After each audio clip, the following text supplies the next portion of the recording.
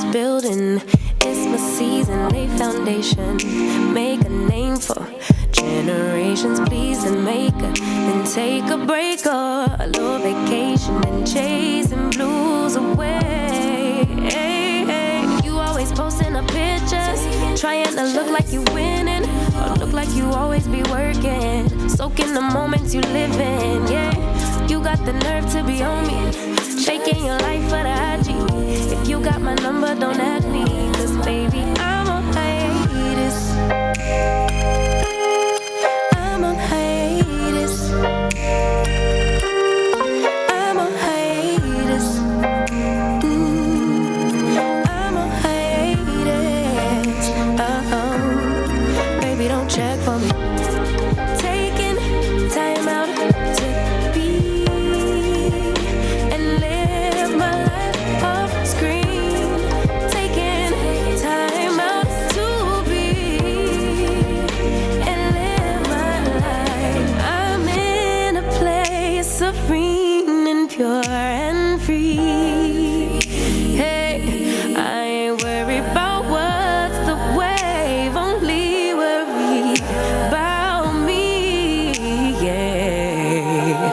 Oh, I'm taking time out to be and live my life off screen. Taking time out to. Let me go for one day. Let me lose myself again. Give me something for the pain. Always trying to pretend that I'm not living just a lie. Broken heart and shattered lives. Let me go for one day. Let me lose myself. Oh, I knew how this would end. Oh, I knew that it would die, that we would come to this, that we would say goodbye. Someone help me see it. Someone help me free this feeling. Someone help me see it. Someone help me free this feeling. Don't wanna think about the past. I'm crying out behind a mask. So give me something for the pain. I wanna lose myself again. Please get out of my mind. Just get out of my sight. Let me go for one day. Let me lose myself. Oh, I knew how this would end. Oh, I knew that it would die, that we would come to this, that we would say goodbye. Someone help me see. Someone help me free.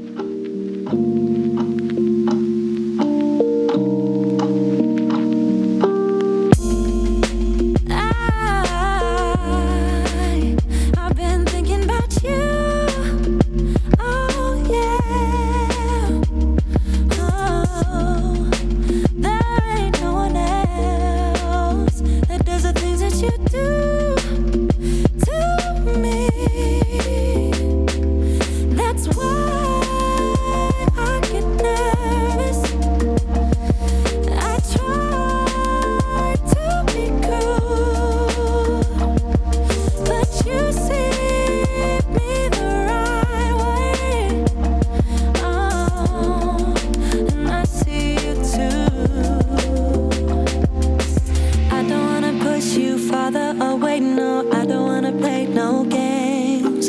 I just wanna call, see if we're okay, babe. All I wanna ask you is, I don't wanna push you farther away. No, I don't wanna play no games. I just wanna call, see if we're okay, babe. All I wanna ask you is, are you down for love? Are you up for someone to be together, be together? Babe, I want your love. I'll be the one you trust. You're all that matters, all that matters.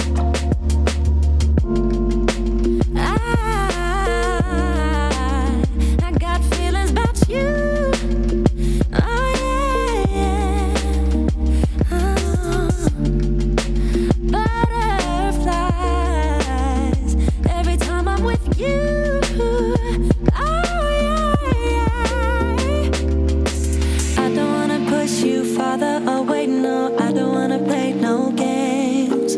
I just wanna call, see if we're okay, babe. All I wanna ask you is, I don't wanna push you farther away. No, I don't wanna play no games. I just wanna call, see if we're okay, babe. All I wanna ask you is, are you down for love? Are you up for someone to be together, be together? Babe, I want your love. I'll be the one you trust. You're all that matters, all that matters. Are you down for love? Are you up for someone to be together, be I wanna be Babe, I want your love, your love. I'll be the one you trust. You're all that matters. No matter what we go through, love will still remain. So do what you want, baby. You and me in the sun. Know that I still be here when the day is done. So come a little bit closer, and I'll tell you what I feel inside. You know I'm gonna wait on you. I'm gonna wait on you. You know I'm gonna wait on you. Yes, I'm gonna wait on you. No one's gonna love you like I do. So glad that I found you. You're the missing piece, the last piece of the puzzle. I'm finally at ease. So when times are rough and the promises we make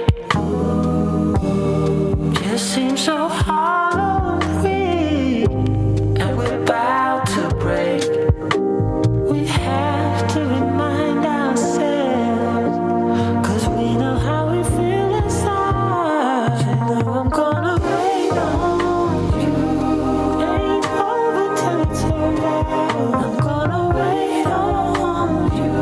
I'm gonna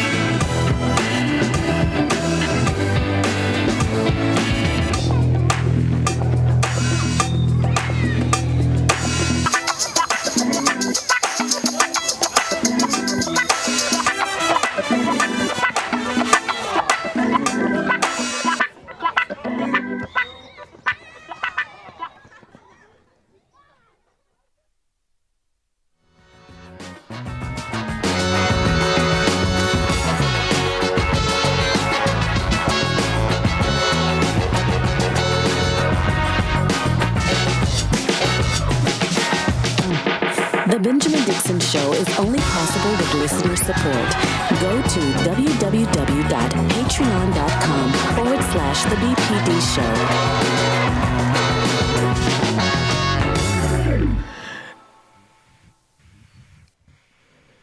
The day is Wednesday, August 11th, 2021. Thanks so much for joining us. I am on location, and you see the on the screen now the images of what we are covering. I have been in the field covering the Amazon workers delivery drivers, who have had to urinate into bottles in order to get our packages delivered to us in time. We talked about this week.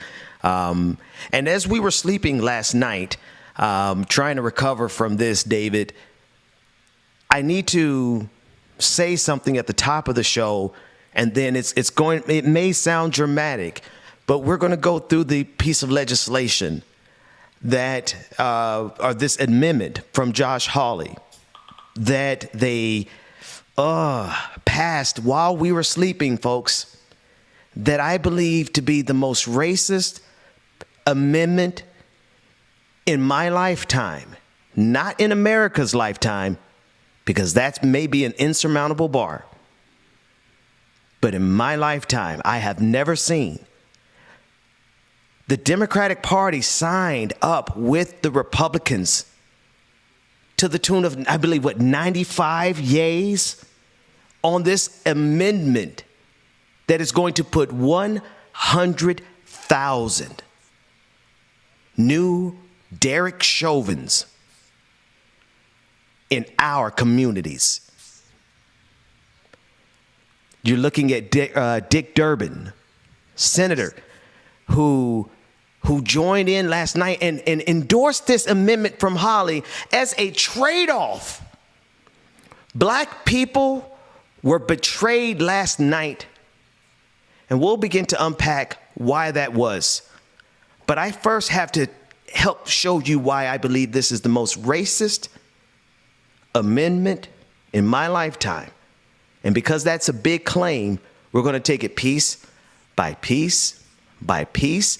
And if I am wrong at the end of this episode, y'all tell me, and I will back off.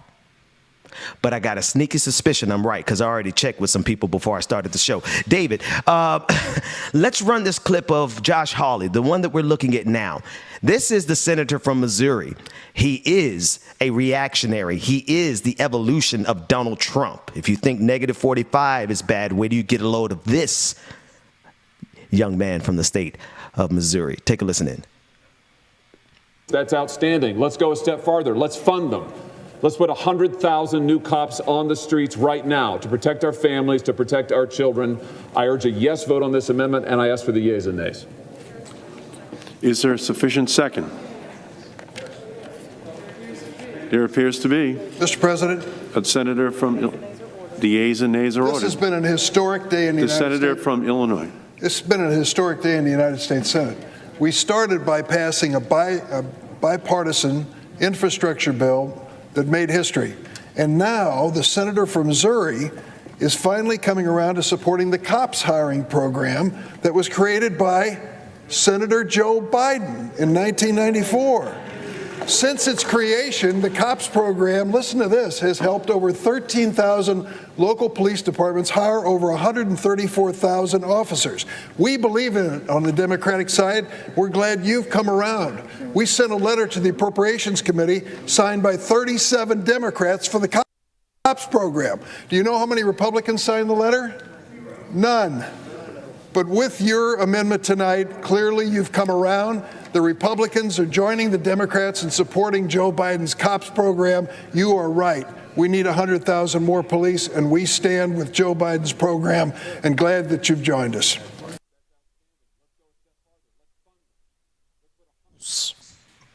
But before I jump off the deep end, let's dig into this amendment from Joshua Hawley from the great state of Missouri. There is an article from, his website. I need to pull up his website And I want to get a link over to you, David, because I want the audience to be able to see it. And I know we didn't get a chance to go through this, but I need you to see for yourself what is in his amendment. Now, there's also a clip of Josh Hawley talking about this on Fox News. And I want to show you the deflection while I get this link over to David. I want to show you the deflection that he's using here. He's saying, hey, guys, look, this is something. Josh Hawley is proposing 100,000 new cops on the street. Well, we can't find ourselves agreeing with a Republican, not for real. So let's go back in history and find a way of justifying, oh, look, there it is. In 1994, Joe Biden had a cops program. And you know, all the good black people love Joe Biden in 2021. So they're going to automatically rewrite the fundamental history of how we understand what Joe Biden did in 1994, which was the 94 crime bill. Y'all must think we ain't got no intelligence in the black community. David, I dropped you that link. I don't know if we can get that on the screen. Do we have any other audio that I should listen to before we help me navigate to the destination, David? What do we need to do here? Yeah, good morning. I think you mentioned it, Ben, but just for broader context, it almost appears to be a compromise. I mean, not from the Democrats. This is not new, and Durbin's outright endorsing it, but this is going to be part of the reconciliation budget bill that gets all the other things that weren't included in the quote bipartisan bill first passed. And this bigger reconciliation bill is going to be what the House insists on voting on side by side with the other bill, the smaller bill.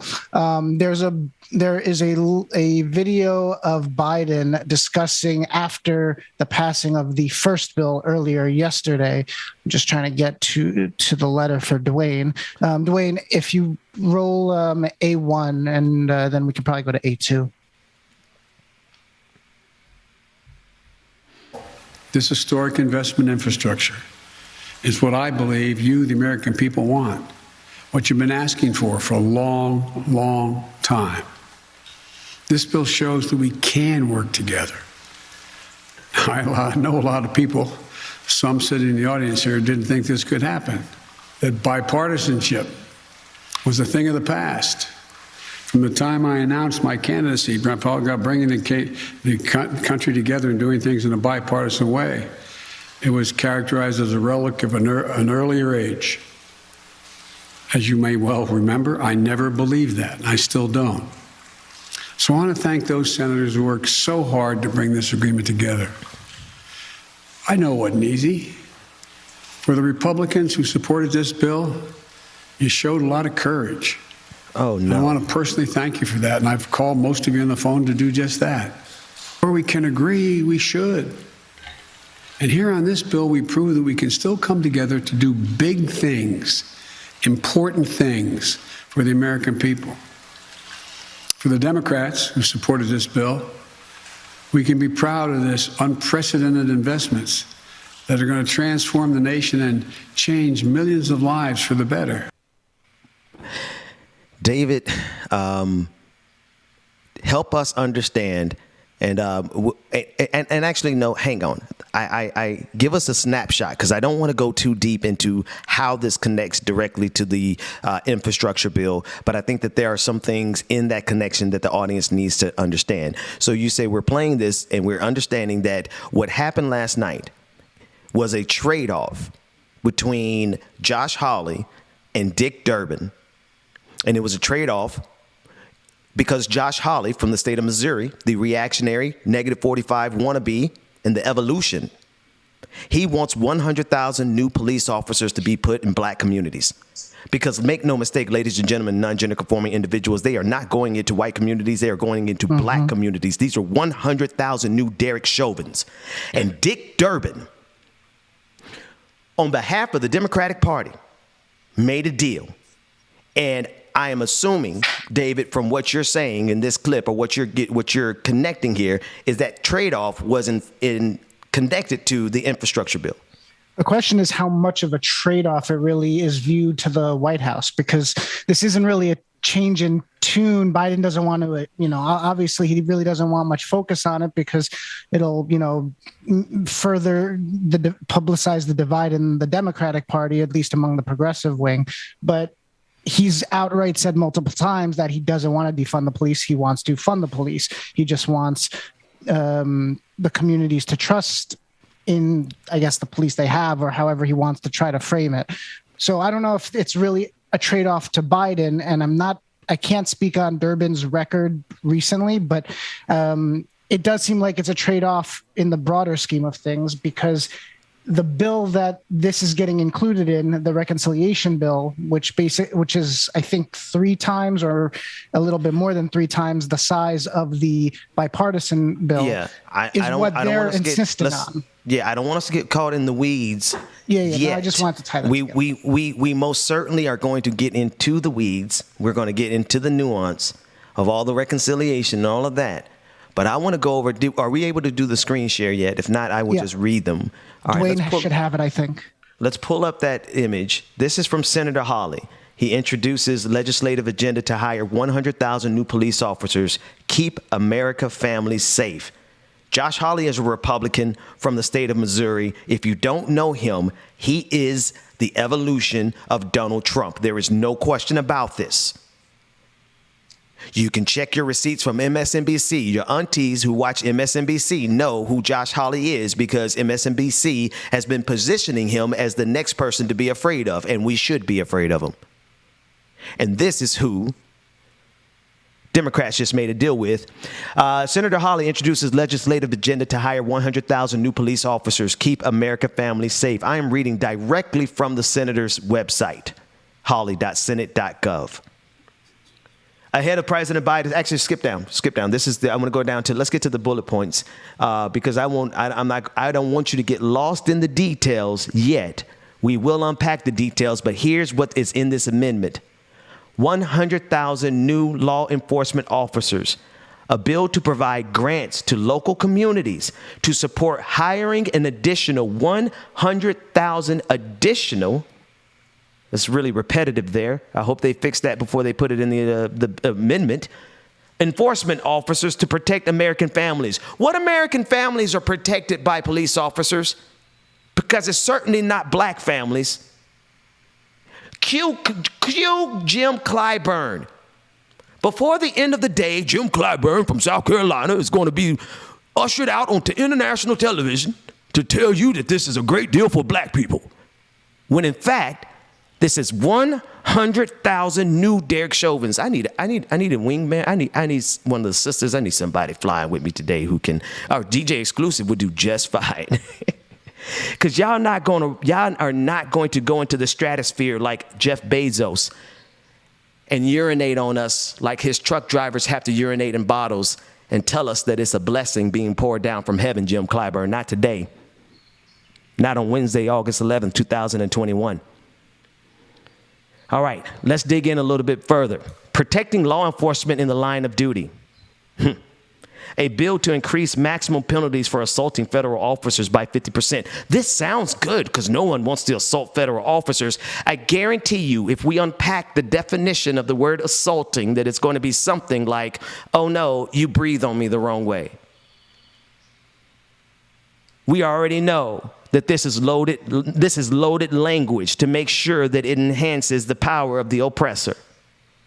Protecting federal judges, prosecutors, and law enforcement officers from violence and doxing. Oh, that sounds good. I'm not even going to unpack that one yet because it'll weigh us down in this conversation. Protecting federal law enforcement officers from doxing. Here's the thing, I will say this. Law enforcement officers have no problem doxing protesters every single time. Ask Sister Andrea. I can't pronounce her last name. They will dox you as a protester, and now they're making sure that actually I do want to back up because I think that they are getting a grant.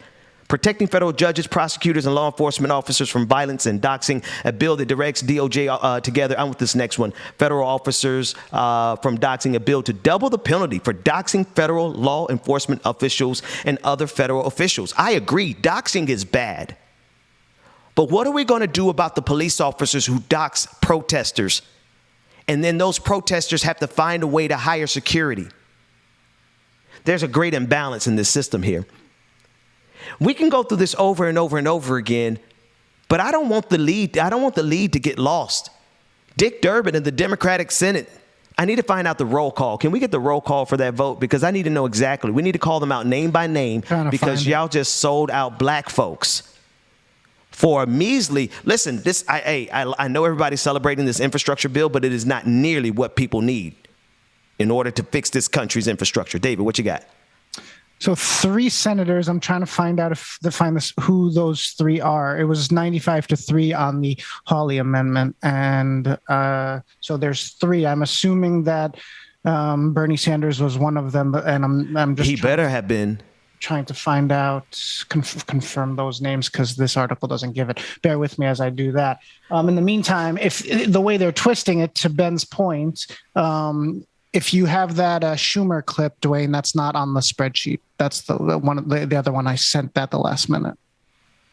The Democratic budget will bring a generational transformation to how our economy works for average Americans. It'll cut taxes for American families. It'll lower costs for everyone. It'll create good-paying jobs while tackling climate change, and it will be paid for by making our tax code more progressive and more fair, asking corporations and the wealthy to pay their fair share. It will help middle-class Americans stay in the middle class, and it will build ladders into the middle class. It will restore the basic social contract in America. So they're minimizing this as much as possible, essentially. You know, they're passing this massive amendment and trying to pay as little attention as possible. So, David, in other words, you're not going to hear about this on the mainstream news. Exactly. Because this is not the messaging that they are being told to give the United States of America. And they haven't yet crafted. They have not yet. See, right now, scrambling. Y'all prayed my strength in the Lord this morning. But there are a bunch of black people who work for the Black Misleadership class, who work for people like Jim Clyburn, whose district is in a disarray, but he had time to go to 11th District of Ohio in order to sandbag Nina Turner. The aides for people like Jim Clyburn are currently scurrying around trying to figure out how they're going to wrap this piece of shit and tell us that it's cake. 100,000. I'll pay my own fee. Sorry, because I know I'm not supposed to be cussing. I will pay my own penalty because you're not going to be able to tell me that we are supposed to celebrate 100,000 new Derek Chauvins being sent to put their knee on the neck of the black community. Run the clip again from Josh Hawley, and then I want to go over the evidence again and again because I don't know what's in the final language. If you want to give me the final amendment, because this is a statement from Josh Hawley's website that is the foundation for the amendment. So if someone wants to send me a link to the final amendment, we can read it. But what is 100% crystal clear, that is unambiguous, is that the Democratic Party has just made a deal with the next evolution of Donald Trump, -45 squared. All right? Dick Durbin just shook hands with the devil and sold black people in exchange for 100,000 new Derek Chauvins to be put in our communities. Play the clip of Josh Hawley again. That's outstanding. Let's go a step farther. Let's fund them. Let's put 100,000 new cops on the streets right now to protect our families, to protect our children. I urge a yes vote on this amendment, and I ask for the yeas and nays. Is there a sufficient second? There appears to be. Mr. President. Senator from the yeas and nays are ordered. This has been an historic day in the United States. The senator from Illinois. This has been a historic day in the United States Senate. We started by passing a bipartisan infrastructure bill that made history. And now the senator from Missouri is finally coming around to supporting the cops hiring program that was created by Senator Joe Biden in 1994. Since its creation, the COPS program, listen to this, has helped over 13,000 local police departments hire over 134,000 officers. We believe in it on the Democratic side. We're glad you've come around. We sent a letter to the Appropriations Committee signed by 37 Democrats for the COPS program. Do you know how many Republicans signed the letter? None. But with your amendment tonight, clearly you've come around. The Republicans are joining the Democrats in supporting Joe Biden's COPS program. You are right. We need 100,000 more police, and we stand with Joe Biden's program, and glad that you've joined us. Folks, there's only 3 no votes on this, and that is Senators Toomey, Lee, and Bernard Effin Sanders. See, I was going to withhold judgment until I was sure, because had Bernie been on the wrong side of this, I would have been on the wrong side of Bernie, just so that y'all know. But it's good that we're not going to have that conflict today, because I don't need to be fighting on every side. Democratic Party, I don't know how we are supposed to, these not a single cop is going to go to Josh Hawley's neighborhood, but they're going to come to mine. They're going to come to mine. They're going to come to yours. They're coming to black communities. Let's be sure. They're coming to black communities. And Dick Durbin wants to celebrate this as a historic moment. Everything's a historic moment to you, mama. Every other word in this is like historic. How is it historic? Let me tell you how it's historic. This is the most racist piece of legislation that I have seen in my lifetime, not in America's lifetime, because that very well may be an insurmountable bar, but 100,000 new Derek Chauvins in our community is pretty damn impressive, Democrats. Y'all better play some music. Let me take a quick break here. When we come back, we're going to unpack this more. I don't know how many details you all need. I will unpack this every single day until we have unraveled and untethered every single detail. But you're not going to tell me that 100,000 new cops in black communities, when y'all haven't arrested the murderer of Breonna Taylor, isn't a declaration of war against black folks. How else are we supposed to read that? I mean, or maybe I haven't had my coffee this morning. DJ Exclusive hasn't been here yet. Maybe that's what it is. If he's not here, Dwayne, play anything that you got. Let's break this down a little bit further. The Benjamin Dixon Show, like it or not, on the clock. All of us, we're going to be coming back talking about this for a little bit. We'll be right back after this.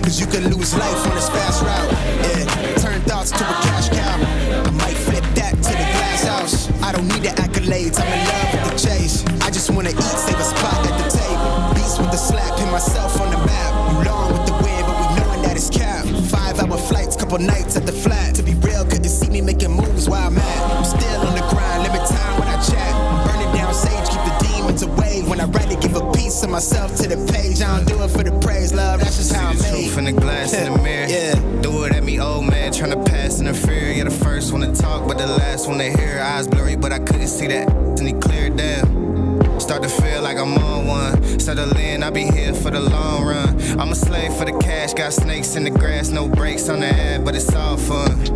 We done seen it all, heard it all. Heard enough, give me space before I murder y'all. 10 bad here, I'ma curve them all. 12 missed calls, and I still made a curtain call. Here to light it up, lighten up. Hear him talking, they ain't right enough, tighten up. Everything that I came for, I left with. I don't bang sets, I just bang on the set list. Going past supper when I came for the breakfast. Put me in your prayers, I might put you on the guest list. Young, tell me reckless. Gold in my soul, got the same on my necklace. Light it up, light it up.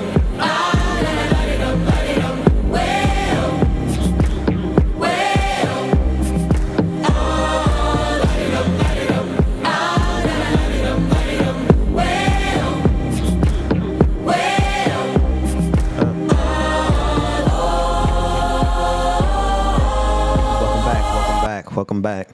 Ooh, I got to get that fade out. Oh, man. TriCaster, we need y'all to install some fade out into that machine. Listen, folks, it is imperative that you understand very clearly the case that I am making. And I want to start at the top of it, and I'm going to repeat it. And because I'm flying blind, I'm using a navigation metaphor, obviously. I can't really, because I'm out in the field. I'm out here covering the story of what happened in Amazon. What's happening at Amazon. Make sure that B-roll is up. We're out in the streets and we're getting footage and data and we're talking to people about how our black kids are out here delivering stuff to these gentrified neighborhoods and they're having to use the bathroom in bottles. And you know what? I'm going to be honest with you. Nobody cared. I thought that they should care, but nobody cared. And I guess I shouldn't be surprised that they don't care that our black kids have to urinate into bottles when they're getting ready to send 100,000 new ones to come in here and do to us and our children like what was done to Tamir Rice. See, you can't tell me that in that 100,000 there's not a new executioner. The real question is what percentage? What is the standard deviation? How many black folks are really going to die from this decision, Dick Durbin? That you so eagerly and happily joined hands with the reactionary Josh Hawley? Run the clip again to make sure that everybody who's newly joining us understands what's going on. Josh Hawley, -45 squared. He has had an amendment passed with overwhelming support of both Democrats and Republicans. Only 3 opposed it, Senators Lee, Toomey, and Bernie Sanders. Quite right. But he got that signed and passed, that amendment passed. And Dick Durbin, he literally, I'm going to play the clip again, and I want you to really think about what Dick Durbin did here. This was, I tell you what happened here. Can I tell you the truth? The white folks in Dick Durbin's team didn't contact the black folks in Jim Clyburn's team to see if this I'm going to give you the most benefit. I'm going to give y'all the benefit of the doubt. I'm going to say that, no, y'all were there. Y'all know this was happening. I'm trying to create a fantasy by which y'all don't know what's going on. There is no fantasy by which y'all don't know what's going on. So there are black people who are complicit with that. And I think one of them is Cory Booker. I need that clip of Cory Booker stepping and fetching. We're going to call it like it is this morning. On the Senate floor this morning. Excited because we got what we got. Give me that clip. But first, Josh Hawley, as he discusses 100,000 new troops being sent into the occupied communities of the black delegation. And Democratic Senator Dick Durbin saying, hey, yeah, this is really great because this was 94 Crime Joe Biden's idea in the first place. Play the clip. That's outstanding. Let's go a step farther. Let's fund them. Let's put 100,000 new cops on the streets right now to protect our families, to protect our children. I urge a yes vote on this amendment, and I ask for the yeas and nays. Is there a sufficient second? There appears to be. Mr. President. A senator from the yeas and nays are ordered. This has been an historic day in the United States. The senator from Illinois. This has been a historic day in the United States Senate. We started by passing a bipartisan infrastructure bill that made history. And now the senator from Missouri is finally coming around to supporting the cops hiring program that was created by Senator Joe Biden in 1994. Since its creation, the COPS program, listen to this, has helped over 13,000 local police departments hire over 134,000 officers. We believe in it on the Democratic side. We're glad you've come around. We sent a letter to the Appropriations Committee signed by 37 Democrats for the COPS program. Do you know how many Republicans signed the letter? None. But with your amendment tonight, clearly you've come around. The Republicans are joining the Democrats in supporting Joe Biden's COPS program. You are right. We need 100,000 more police, and we stand with Joe Biden's program, and glad that you've joined us. Y'all, they really think we dumb. Dick Durbin, I'm sorry, my friend. I don't care what university you went to. You ain't smarter than the brother underneath the shade tree, because we can see right through this, my man. You really want us to think that the 94... See, here's the thing, folks. Let me give you my mea culpa. I helped Joe Biden get elected. I did. Matter of fact, I not only helped Joe Biden get elected, I paid a high price to get Joe Biden elected. I'll talk about that another time. Just consider that foreshadowing. Or backstory, rather. It's backstory. We even wrote a song about it. We helped not only Joe Biden, we really helped turn Georgia blue. That's really what we wrote the song about. Turn Georgia blue. We had people out there singing and rapping. They even had the sisters from one of the strip clubs. Y'all remember that? They did, I am culpable for this. Joe Biden, if you sign this into law, you have made me complicit with the occupation of my community. Now, we just not going to let that happen now, are we, brother?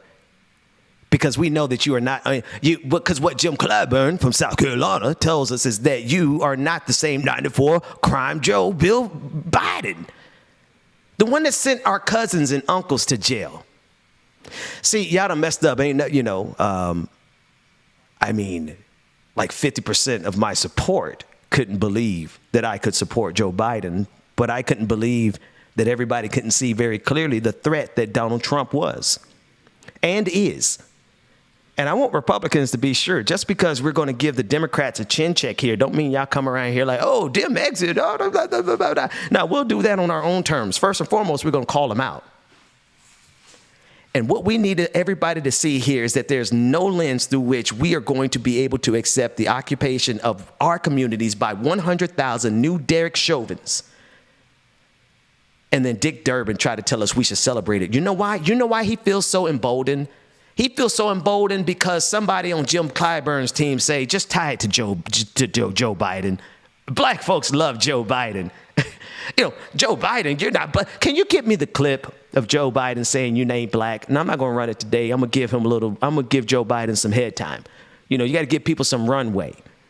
So we're going to give you till tomorrow, Joe Biden, because we need you to oppose this unequivocally. I ain't even say it right, but you know what I'm trying to say. We need you to oppose this without hesitation, without question. We will not accept 100,000 new Derek Chauvins in the black community. Run the next clip. Whatever clip you got next, David, navigate us. Where are we going? Wayne, roll the clip of Senator Cory Booker. This was I call on earlier my yesterday. colleagues to support our law enforcement by voting yes for this amendment. Opposing my amendment is a vote in support of defunding the police and against the men and women in blue. The gentleman's time has expired. Madam President. Senator from New Jersey. I am so excited. Oh, my God. Y'all going to have to get me off this show. The highlight of this long and painful and torturous night. This is a gift. If it wasn't complete abdication of Senate procedures and esteem, I would walk over there and hug my colleague from Alabama. And I will tell you right now, thank God, because there's some people who have said that they're members of this deliberative body that wanted to defund the police, to my horror. And now this senator has given us the gift that finally, once and for all, we can put to bed this scurrilous accusation that somebody in this great esteemed body would want to defund the police. So let all of us, 100 people, not walk, but sashay down there and vote for this amendment and put to rest the lies. And I am sure I will see no political ads attacking anybody here over defund the police. And I would ask unanimous consent to add something else to this obvious bill. Can we add also that every senator here wants to defund the police, believes in God, country, and apple pie? Thank you. I get it, David. I read your note. Let me well, take outside of that, just a note on the amendment, because this is not the Hawley amendment. Yeah, I know. It's the other amendment. Now, but it's still in the same. First of all, let's be sure about something. Cory Booker voted for that other amendment, the Josh Hawley amendment. Oh yeah, absolutely. And this, the Tuberville amendment passed 99-0. It establishes a deficit-neutral reserve fund relating to decreasing federal funding for local jurisdictions that defund the police. Read it one more time. The amendment would establish a deficit-neutral reserve fund related to decreasing federal funding for local jurisdictions that defund the police. So it's deficit neutral. It doesn't add to the deficit, but it would decrease federal funding for localities that defund their police departments. So it's a penalty for any Correct. It penalizes defunding the police. Right, and it in a way it is signifying, because there's no city council across the country that has been successful or even remotely serious about completely defunding the police. So this is a red herring. Absolutely. This is a red herring for us to chase and say, oh, it's not about defund, da, da, da, da, da. But this is Cory Booker doing a song and dance to add to the chorus of the madness and the absurdity that happened last night, which was the Josh Hawley amendment of 100,000 new cops being put on the streets of our communities, and because they are not going on the opposite side of MLK Boulevard. They're staying over our side, on Hammondville side, on Pompano, down by McMillan's Barbecue. Best barbecue in the South, if you ask me. David, what else we got? On this, I believe the only thing is the future goals Biden's working on, which is a little bit off topic. The one thing I would note, just to continue your thread, Ben, is that what's really obvious is that they're going to come back. Democrats are going to come back next time we have a shooting or an event, and scream about it. So, and play into, the concerns of the communities. But at the same time, they're using this as cover to say the Republicans keep attacking us, but we're not defunding the police.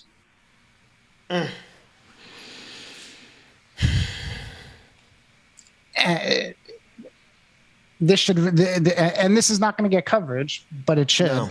No, because I can guarantee you one thing, David. I can guarantee you one thing. If you look at any of the major networks right now, they're celebrating this.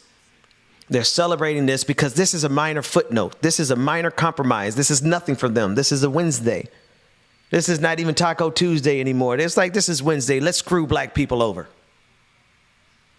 And expect them to accept it because, they're loyal to Joe Biden. That's the thing see, I didn't bring Joe Biden into this. And Warnock voted for it too, voted for both of them. Raphael Warnock, Reverend Raphael Warnock, and John Ossoff, huh? Oh, Brutus, is that not the deepest cut of all? The very people we wrote a song for. So I guess my song and dance was just as bad as Cory Booker's, wasn't it? Shame on me. Run that clip again. That's okay. I'll get my recompense by doing what is right. And we're going to take this step by step, layer by layer. And I think the case is clear. There's nobody who's listening to me who can tell me or convince me that 100,000 police officers being sent to black communities, because you sure as hell know they're not going to Josh Hawley's community. There's nobody who's going to stand and stare me in the face and say that that's a good thing. And I would love the challenge to see anyone who would. Run the clip of just Dick Durbin responding, because I want people to understand the only reason I brought Joe Biden in this. It's not because I look for opportunities to attack the president, but because Dick Durbin, the esteemed senator from Illinois, right, David, He Yes. brought Joe Biden into this as justification as to why we should be excited about the cops hiring program. Run the clip. Day in the The United senator States. from Illinois. It's been a historic day in the United States Senate. We started by passing a bipartisan infrastructure bill that made history. And now the senator from Missouri is finally coming around to supporting the cops hiring program that was created by Senator Joe Biden in 1994. Since its creation, the COPS program, listen to this, has helped over 13,000 local police departments hire over 134,000 officers. We believe in it on the Democratic side. We're glad you've come around. We sent a letter to the Appropriations Committee signed by 37 Democrats for the COPS program. Do you know how many Republicans signed the letter? None. But with your amendment tonight, clearly you've come around. The Republicans are joining the Democrats in supporting Joe Biden's COPS program. You are right. We need 100,000 more police, and we stand with Joe Biden's program, and glad that you've joined us. The only reason I would bring Joe Biden into this, I'm just saying that for the benefit of those of you who are rattled by the fact that I have no qualm whatsoever. See, this is a great spot. This, my friends, is a great spot for you to realize who's funded by whom. But I digress. The point is, I want you to understand that Dick Durbin, the distinguished gentleman from the state of Illinois, brought Joe Biden into this. I did not. And he pointed directly to the document that we should look to as the justification as to why we should support this new amendment from Josh Hawley that puts 100,000 new cops on the streets. Y'all gonna make me have to make this case plain, ain't you? 100,000 new cops on the street is being justified by Dick Durbin from the state of Illinois by saying, look at the 94 crime bill. He's so aloof and cavalier with his tenuous relationship with the black community, Dick. You don't really know us. Not like that. For you to just throw around the 94 crime bill as if we don't know what the hell it is and who it put in jail. Brought to you in part by Bill Clinton. I do believe that we really got to call a thing here, folks. I'm sorry if I sound like a shock jock this morning, but I was shocked this morning. I woke up thinking that I would be able to talk about those boys and those girls and non-gender conforming individuals at Amazon. Run that B-roll for me, because I still want to highlight those people, those workers who have been, those essential workers who have been delivering your packages throughout the pandemic, have had to urinate in bottles. And this is exclusive footage that I captured talking to them as I came back from Ohio's 11th District supporting Nina Turner, who got sandbagged by South Carolina's Jim Clyburn, who's going to be rolled out today, probably already on Morning Joe, to discuss why this is such a historic occasion. Y'all don't let me do this thing until I actually got good at it. Let's run the tape one more time of Josh Hawley explaining. And then there's a clip of Josh Hawley on Fox News where he goes into detail. See, this is Josh Hawley's baby. Let me explain to you why you should be even upset with Dick Durbin. I'm going to hold off of Joe Biden because, well, I haven't heard anything from him yet. But also because I need to give you and the audience time to understand if Joe comes down on the wrong side of this, we're going to come down on the wrong side of Joe. But for now, let's understand Josh Hawley, because he is a nefarious character. He is the evolution of Donald Trump. And that is enough for me to conclude that there is nothing that I want to have bipartisanship with him. This is a good place for Rebecca to jump in and explain what bipartisanship really is. Because in this case, Dick Durbin was sent across the aisle to join hands in bipartisanship with Josh Hawley. And guess who got sold out? Black folks. Run the introduction of that clip again of Josh Hawley explaining exactly what this is in no uncertain terms, no ambiguity. It's crystal clear. Let's play it. That's outstanding. Let's go a step farther. Let's fund them. Let's put 100,000 new cops on the streets right now to protect our families, to protect our children. I urge a yes vote on this amendment, and I ask for the yeas and nays. Is there sufficient second? There appears to be. Mr. President, A senator from the yeas and nays are this ordered. has been an historic day in the The United senator States. from Illinois. This has been an historic Dwayne, day can we in the mute it United here? States Senate. We started by passing a bipartisan infrastructure bill. Go for it, David. So one thought to feed you, Ben, and I think I have the Fox clip. I'm hoping it's the right one. But one thing to pose you here, even though it probably is already seems obvious. Why is this a trade-off that has to be acceptable? If you combine the two bills, the reconciliation and the infrastructure and the bipartisan bill, there's tons of stuff that we need or want in it. But the trade-off is they're asking us to accept this nonsense, more poison for communities, and that not to drive you off the deep end. I just want to paint that more for the audience than anything else. We need what's in the bills, but this is the pill that has to be swallowed. If you have all things, this is the thing that they negotiate with. If you have the clip, Dwayne, that I just dropped, I don't know if it's too soon for you.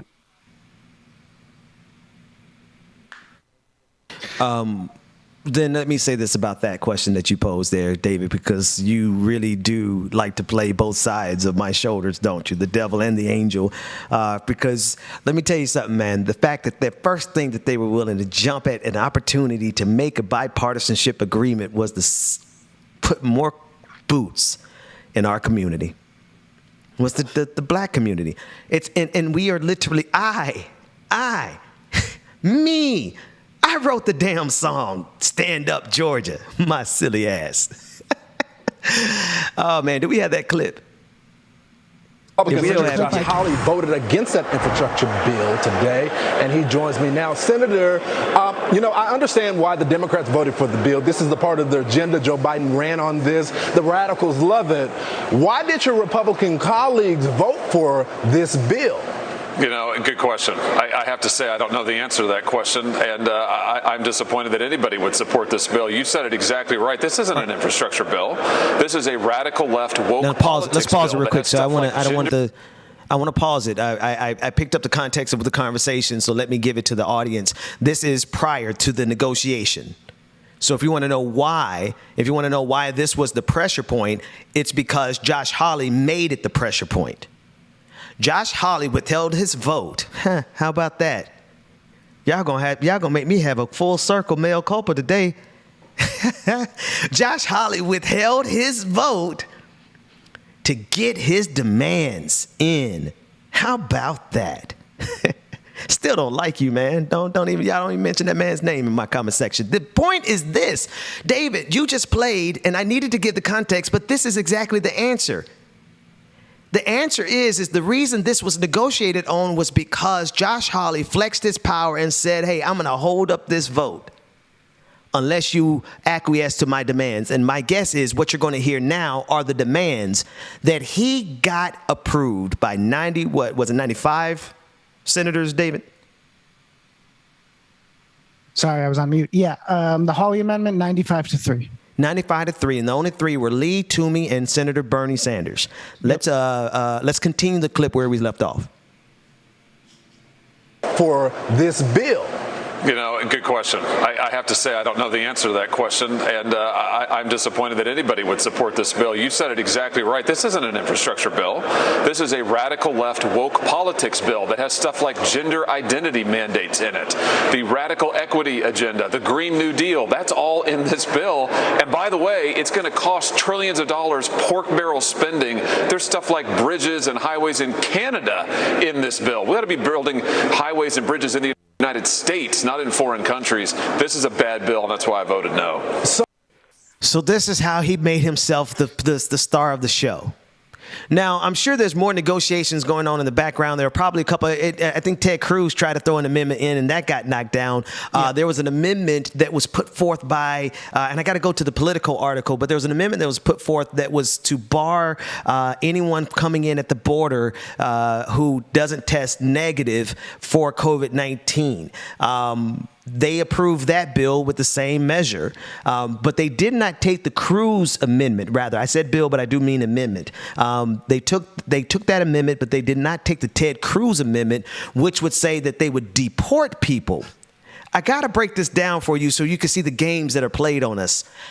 Ted Cruz said, hey, let's deport anyone who's at the border who doesn't test negative for COVID-19. Well, they said, no, we're not going to go that far. We're not going to be that bad. We're not going to do asylum seekers that bad. But what we're going to do is we're going to leave them at the border. So it's not just black folks who got screwed last night, but we got screwed the most because we got 100,000 occupying forces slated to come to our communities, to the black community, because sure as hell, they are not going to Josh Hawley's community. They're not going to Ted Cruz. They're not going to Mar-a-Lago. Where do you think those 100,000 people are going to come? They're going to come to our neighborhood. Where are we at, David? I think we should probably go for a break. I think we got a DJ exclusive on Wait. Okay. Let's do that. This is a good place. We're going to re-up. And there are other things that we're going to tie into this. Obviously, there's the issue of the infrastructure bill, and we have to explore why this was the part that they're negotiating on, right? Why is it? And then how can we stop this? That's most important. How can we stop this? I believe that the squad, I think, David, from what our conversation is that the squad presents us an opportunity to block this. And I'm telling you, folks, anybody who comes down on the wrong side of this is coming down on the wrong side of the black community. We'll be back right after this. Good morning, y'all. It's your boy DJ Exclusive James Wilbur Williams is in the building. Good morning, y'all. Hope y'all doing good.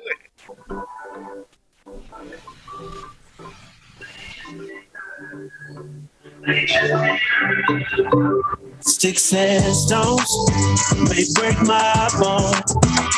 Words can't hurt me. No, you just can't hurt me. No, I ain't been right more than I've been. Good morning, y'all. Good morning. It can't hurt me. No, it just can't hurt me. No. No, you just can't hurt me. No, you just can't hurt me. No. I know it's hard to be polite, and it's easy being petty. My mama used to tell me, gotta use you when you ready. Man, it's crazy how my brother said it could have been my cell. It's either prison or a grave, that's what everybody tell me. Man, life ain't a beach, it's a female dog. I'm staying 10 toes down, though I still might fall. Oh yeah, now I done came through. Good morning, y'all. Good morning. I see y'all in the chat room. Shout out to everybody that's checking us out this morning. YouTube, Twitch, Twitter, Facebook, wherever you are. Good morning. Shout out to all my international crew that's in the building as well too. Shout out, man. Good morning. May break my bone, but your words can't hurt me. No, you just can't hurt me. No. Good morning, mom and daddy. Love y'all. Good morning. More than I've been wrong, and it still can't hurt me. No, it just can't hurt me. No.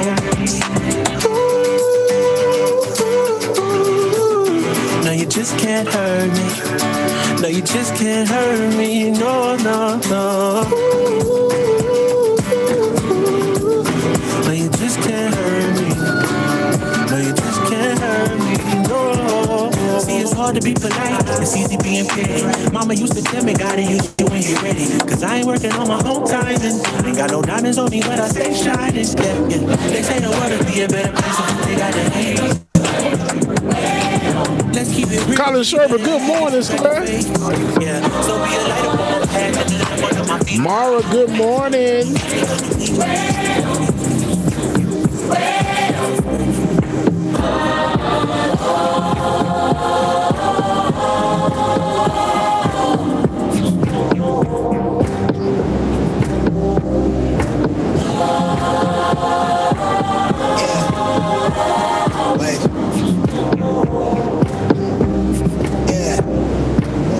I'm in line with the stars, I'm in sync with the earth.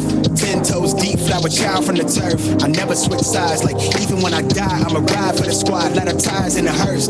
I've been on the vibe, kinda hard to describe. I'm in between, I'm good and it's fine, but I'm tired of the grind. Then I come alive in the night to realize I'm in the middle of the time of my life. I never so packed for the stack, never lied on the rap. Got a bag from the way that I write it. Queen looking Tyson, do that ass survive doing. Y'all make sure you stay tuned. We got more coming up next on the Business Dixon channel. Y'all make sure you stay tuned. Be still, let that hate stuff fade. We all want the same. We all want a meal in the safe. I wanna live like I'm trying to enlighten. Trail spill from my lips, feel big from the bit. Take a sip till I pass out. Try and get grit, but it don't make sense. Cause you can lose life on this fast route. Yeah, turn thoughts to a cash cow. I might flip that to the glass house. I don't need the accolades, I'm in love with the chase. I just wanna eat, save a spot at the table. Beast with the slap, put myself on the map. I'm long with the wind, but we knowing that it's capped. 5 hours. Tiger, I appreciate you, Tiger. To be real, couldn't see me making moves while I'm at. I'm still on the grind, limit time when I chat. Burn it down, sage, keep the demons away. When I write it, give a piece of myself to the page. I don't do it for the praise, love, that's just how I'm made. From the glass in the mirror, yeah. Do it at me, old man, tryna pass in the fear. You're the first one to talk, but the last one to hear. Eyes blurry, but I couldn't see that. Any clear. That's right, y'all. It's Hump Day. Happy Wednesday, everybody. Happy Wednesday, y'all. For the cash, got snakes in the grass, no brakes on the ad, but it's all fun. We done seen it all, heard it all. Heard enough, give me space before I murder y'all. 10 bad here, I'ma curve them all. 12 missed calls, and I still made a curtain call. Here to light it up, lighten up. Hear him talking, they ain't right enough, tighten up. Everything that I came for, I left with. I don't bang sets, I just bang on the set list. Going past something when I came for the breakfast. Put me in your prayers, I might put you on the guest list. Young, to me, reckless, gold in my soul, got the same on the necklace.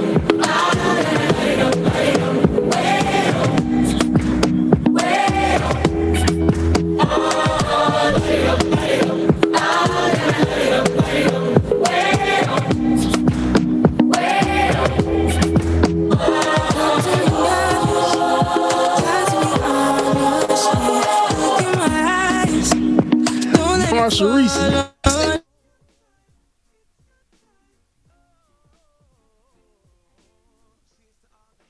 You proved to me that rising to the top was my destiny. And you can see whatever from behind me, but I'm still fly, I know.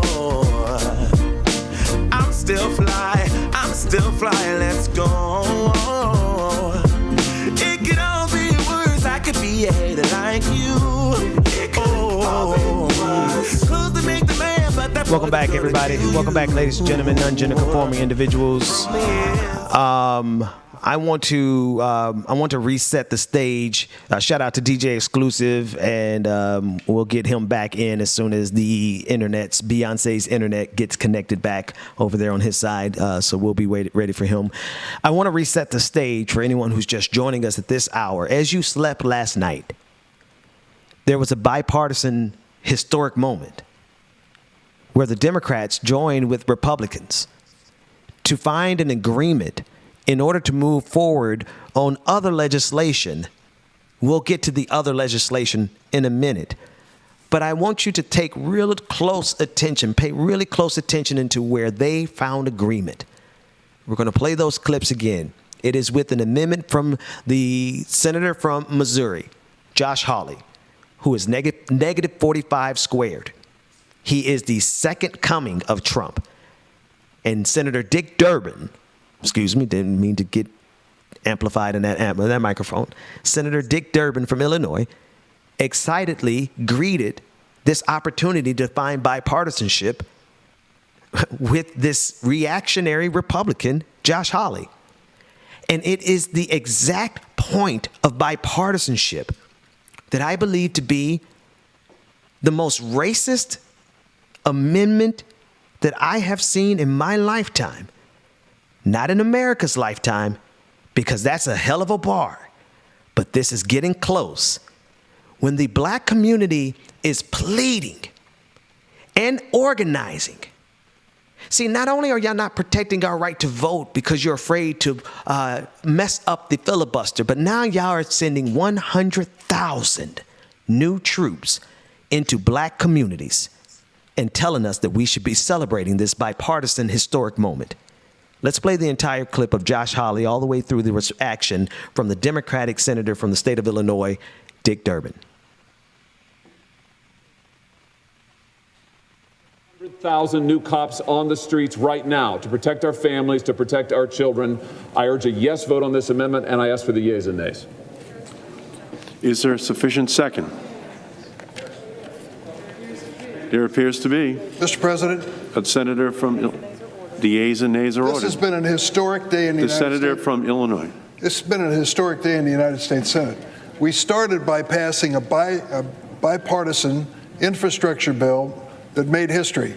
And now the senator from Missouri is finally coming around to supporting the cops hiring program that was created by Senator Joe Biden in 1994. Since its creation, the COPS program, listen to this, has helped over 13,000 local police departments hire over 134,000 officers. We believe in it on the Democratic side. We're glad you've come around.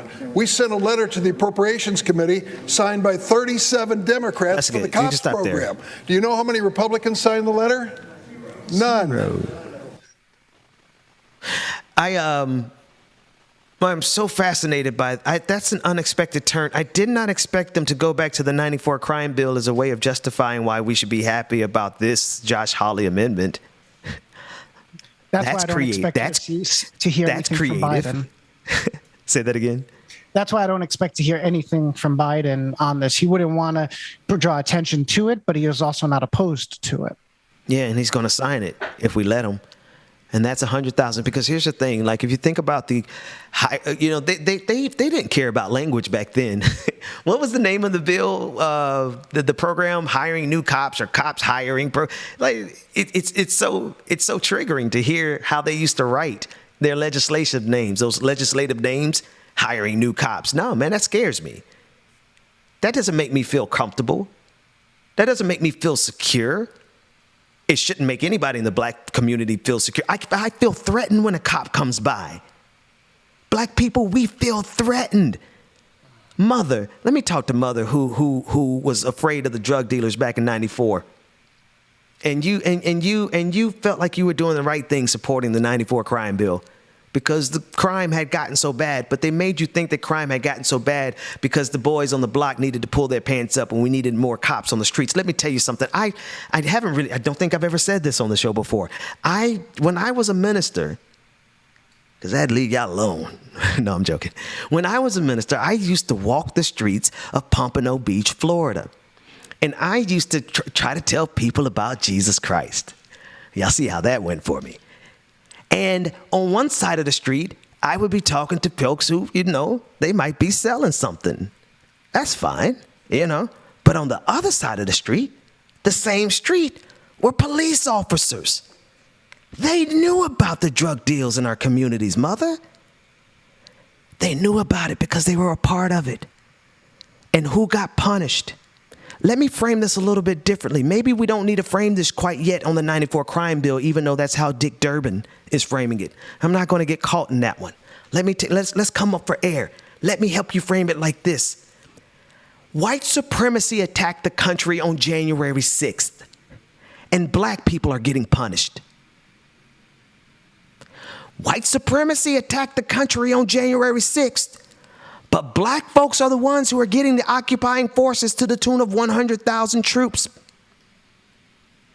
Now, David, am I being hyperbolic? Or are you seeing the same thing? Where am I getting this wrong, David? No, it seems glaring. The only thing I haven't had time to look into, but what seems to be the case is he's mentioning the crime bill because it sounds like the amendment funds the program Biden authored, if I'm getting it right. I haven't had time to confirm that, but it doesn't seem so much framing as that it's technically connected. I'm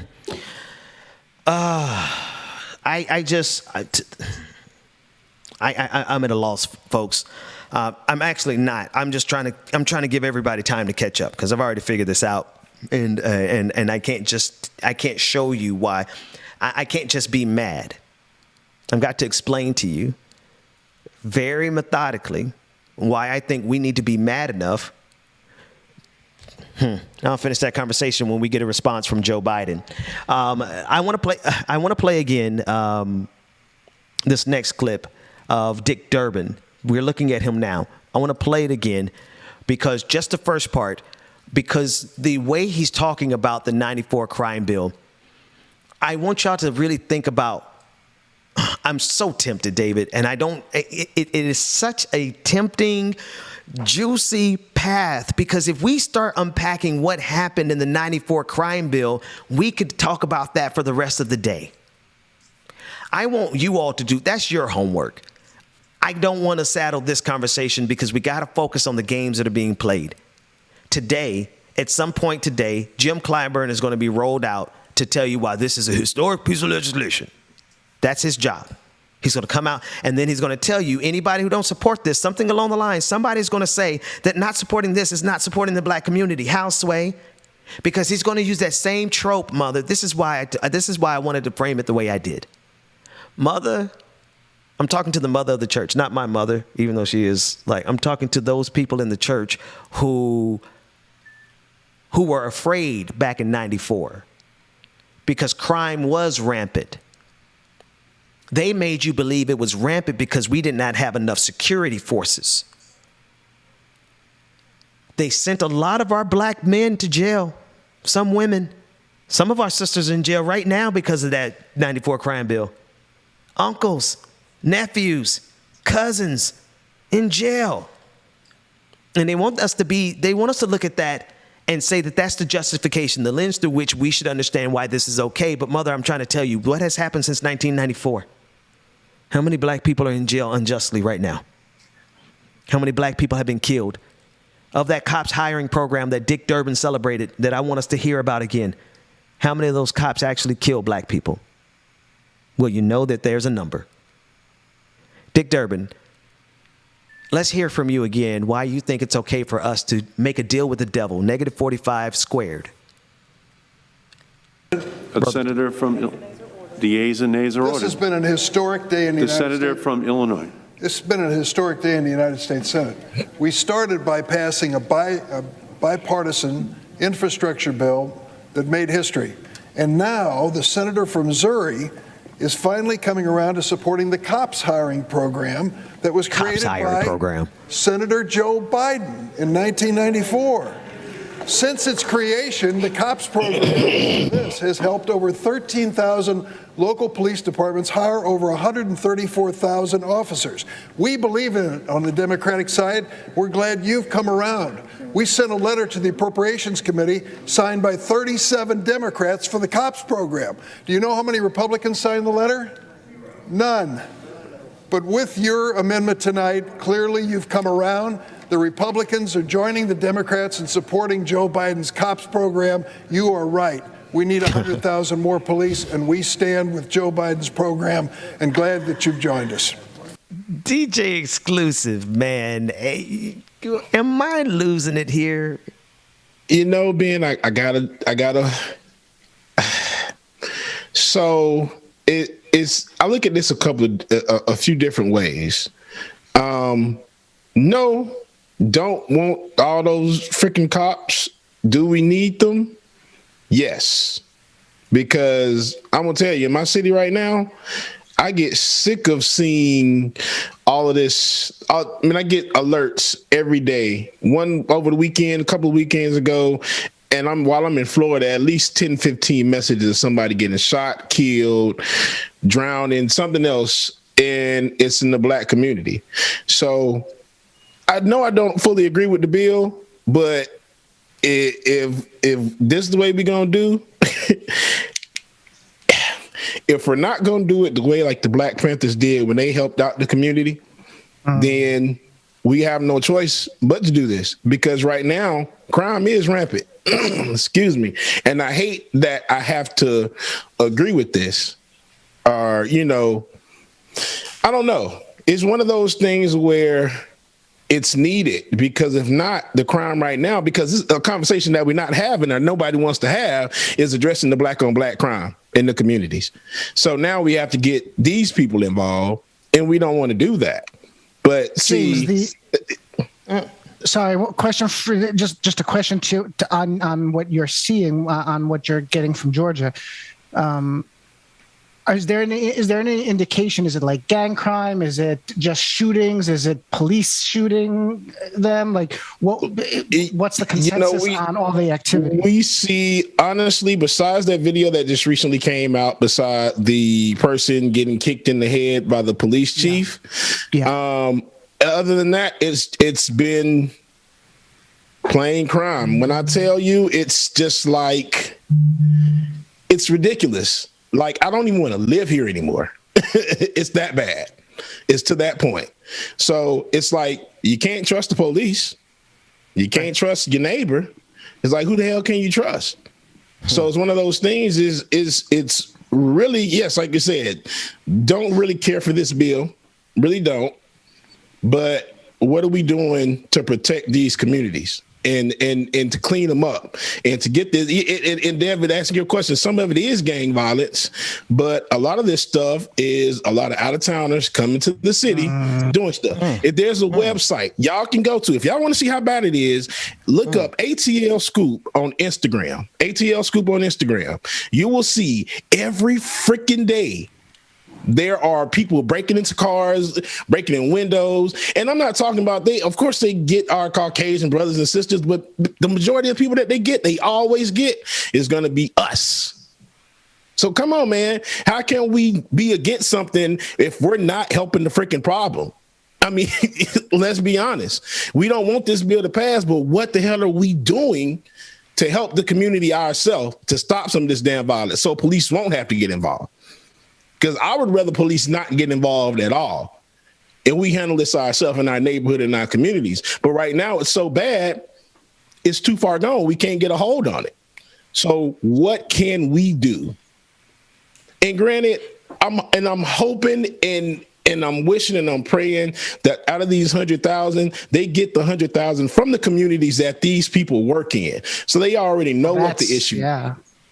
You know, that's help. One big thing, because in any of these communities, there's very little requirement, as far as I know. I know in New York there isn't. In the city, we have cops from upstate New York or Westchester, New York. So I can imagine in Georgia and other places similar that there's no requirement for it to be in the communities.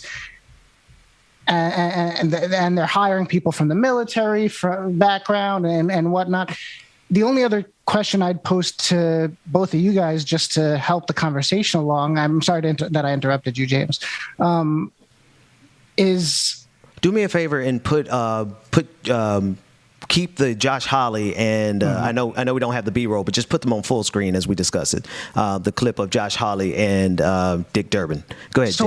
So we're hearing the need for stopping the chaos, and the answer in this framing is the police. But the question is, what's the underlying reason for the unrest and the crime and the shootings and all of that? Because the cops aren't going to stop the underlying reasons. Whatever is causing people to go out and shoot or break into cars or whatnot, whether it's COVID, whether it's poverty, whether it's systematic inequality, the cops aren't going to be. They might stomp out the crime, but that's only to lead. But they don't. To lead to more jail time and more unrest and more anger. No.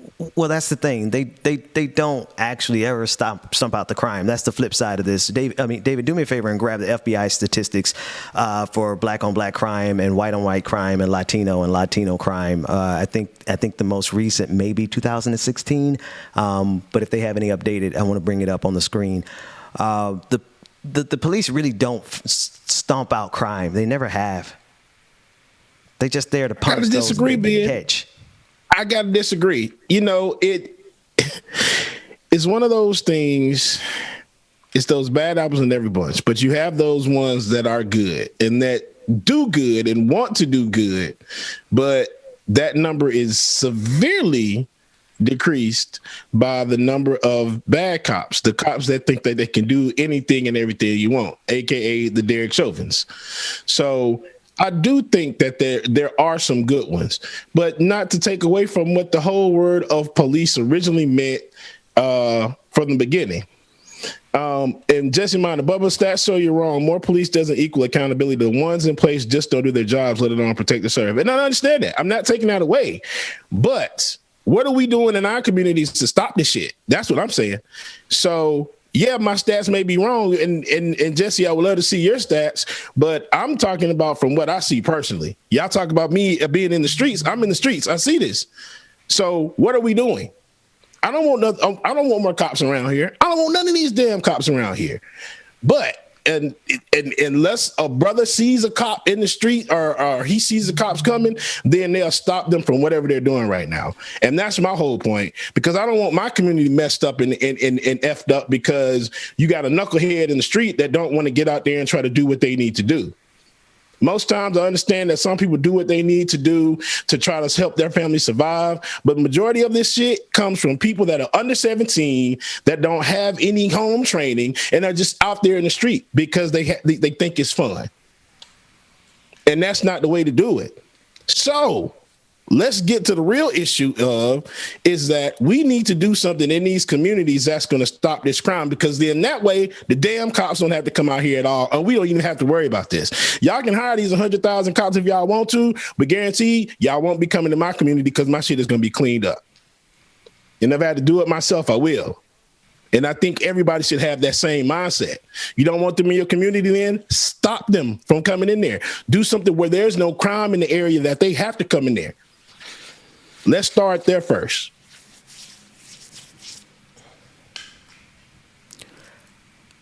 You said something in what you were saying, James, that I want to ask. You said that you don't want the extra. You mentioned that these would be extra cops in the neighborhood, in the community that you're in.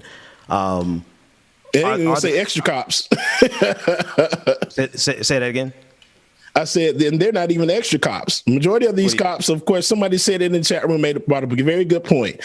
When that Black Lives Matter stuff, when everything was going on last year with the protests, a lot of them quit, especially here in Atlanta, because for one, a lot of cops got, a few of the cops got suspended for actions that they did. So a lot of them after that, they resigned or retired or did whatever. So now, they're just not enough of them. Mm-hmm. Yeah. Okay. So there's not enough cops in your neighborhood. It's a lot. The police station is down the street from my house. But you don't feel safe.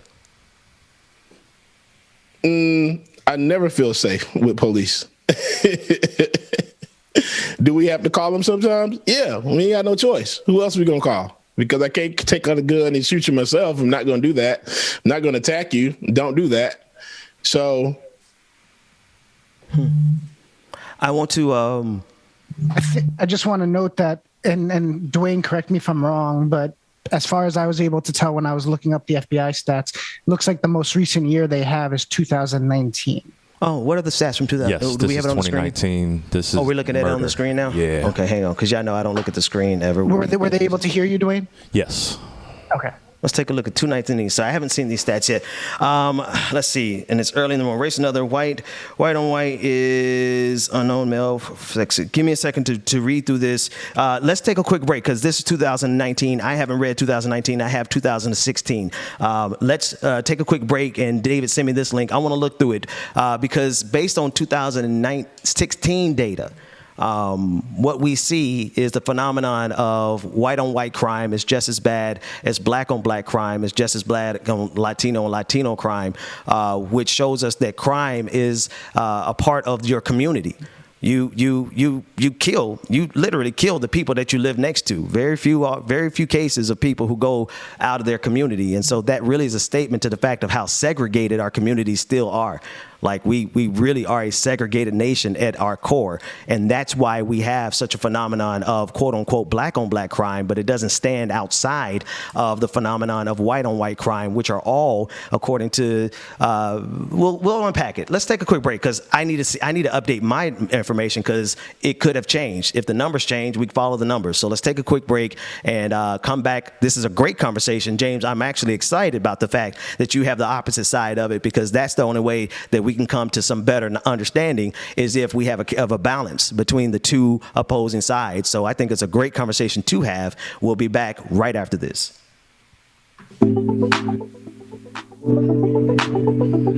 All right, y'all, make sure that you stay tuned and just keep in mind that the opinions of Bubba is the opinions of Bubba. Everybody that says you drank the wrong Kool-Aid, no, I didn't drink the wrong Kool-Aid. This is Bubba's Kool-Aid.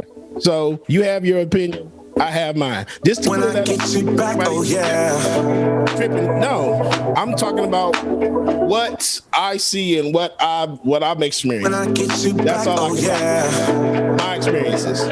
You don't have the same experiences that Bubba does. so when I get you back, oh we gonna have patrons real quick and get these read off. Start tripping.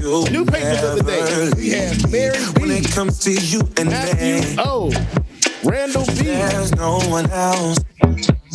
Randall M. Randall M. Herbert M. Rosaba.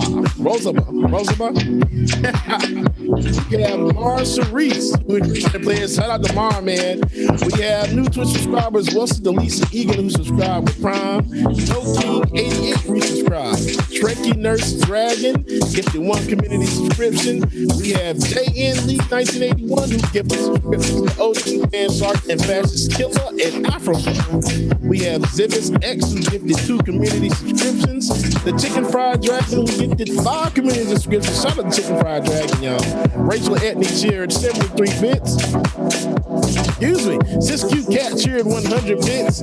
And My Slytherin cheered 166 bits. Again, y'all, if you want to, you can join patreon.com/likeItOrNot. Patreon.com/likeItOrNot, man, and get exclusive content.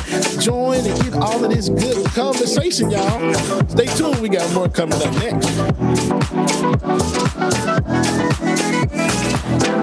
Cause I don't wanna lose you. I hope you feel that way too. No, I don't wanna lose you. Baby, don't go. Oh, when I get you back, oh yeah, I promise you'll never leave me. When it comes to you and me, y'all make sure that y'all stay tuned, y'all. I'd rather be with. When I get you back, oh yeah. Oh. When I get you back, oh yeah.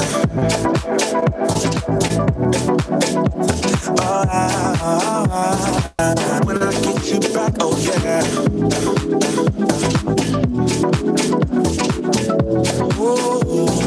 When I get you back, oh yeah. I saw you, I knew all the time. It was something in the air that night, and in the way you looked at me. I get nervous when you get close and my heart fills up with butterflies. And then you leave me speechless. My world turned upside down. Just say that you won't go and break my heart. Break my heart. All right, y'all, here we go. We're going to finish the conversation. Welcome back again. It's the only one I've got. The one I've got. Hey. Welcome back, ladies and gentlemen, non-gender conforming individuals. Welcome back to all of this, which is a show of shows, the Benjamin Dixon Show, Like It or Not, on the clock. All of that. Listen, I want to be. Let's be clear about something, folks. When I want y'all to take notice of what I did. When first of all, take notice of the fact that James feels like he boy, bro, you got the right to have your opinion. Okay, right. I know you don't need me to tell you that, but I think folks need to just understand that people should be able to disagree, because the disagreement is actually where the revelation is. Like our way forward is in actually what you and I are about to discuss.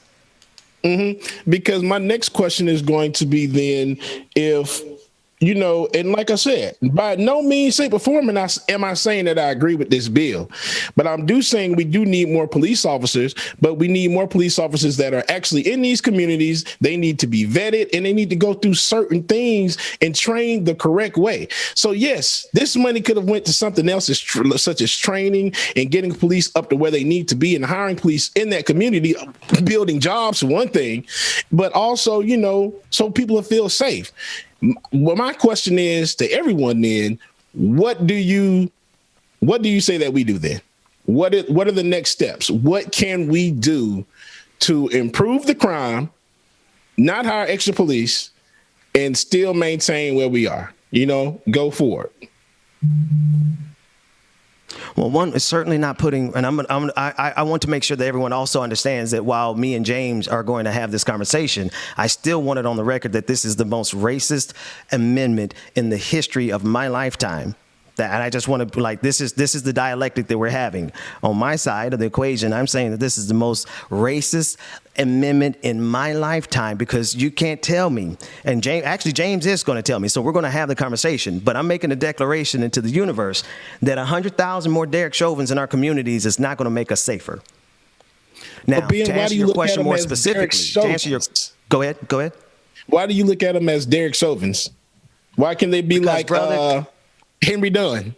Well, that's how I look at it. Well, Henry Dunn, if we can hire 100,000 Henry Dunns, then I might feel safe, but not Derek Chauvins. So I guess I look at it in a different way. Yeah, but when you get pulled over, man, it's a toss of a coin. When I got pulled over 3 weeks ago, I felt good that it was a brother. I felt like, I don't have to worry for my life. That's not always the case, because in Atlanta, you remember the police officers, those two police officers that got fired during the protest, during the George Floyd protest.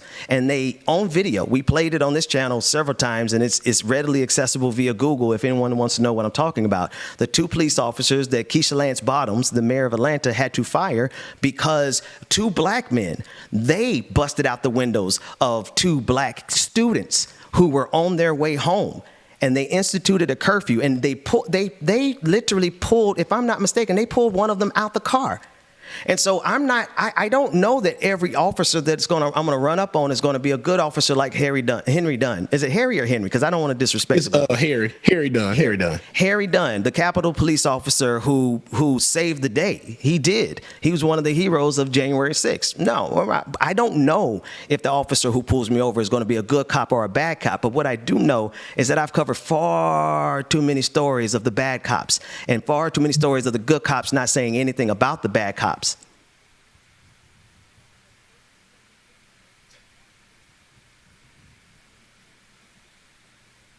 I'm going to pose this, if I can, real quick. Ben, I'm going to say Mr. Ben. No, it's all good. What's that, David? Two thoughts for you all to speak on, just because I'm taking advantage of my mic this morning. That's fine, brother. Go ahead. First, one thing that's not brought up often enough, and I'm fairly sure that police would be biased against them, but I don't know that if that plays into it at all, is the crime on LGBTQIA, specifically trans. And James, you'd be able to speak more on that, but I didn't want the conversation to, miss that part of the conversation, especially because it's a significant portion and our audience cares about that. Yeah. But the other thing that I would pose is on the. Well, let's go there first, and then we can go to the second part. I just wonder. I don't know that we have the statistics on the trans killings, but from the FBI. But I'm just curious about that role in the murder uptick that we might be seeing as well. No, David, that's that first part again. I'm sorry. Just how. So.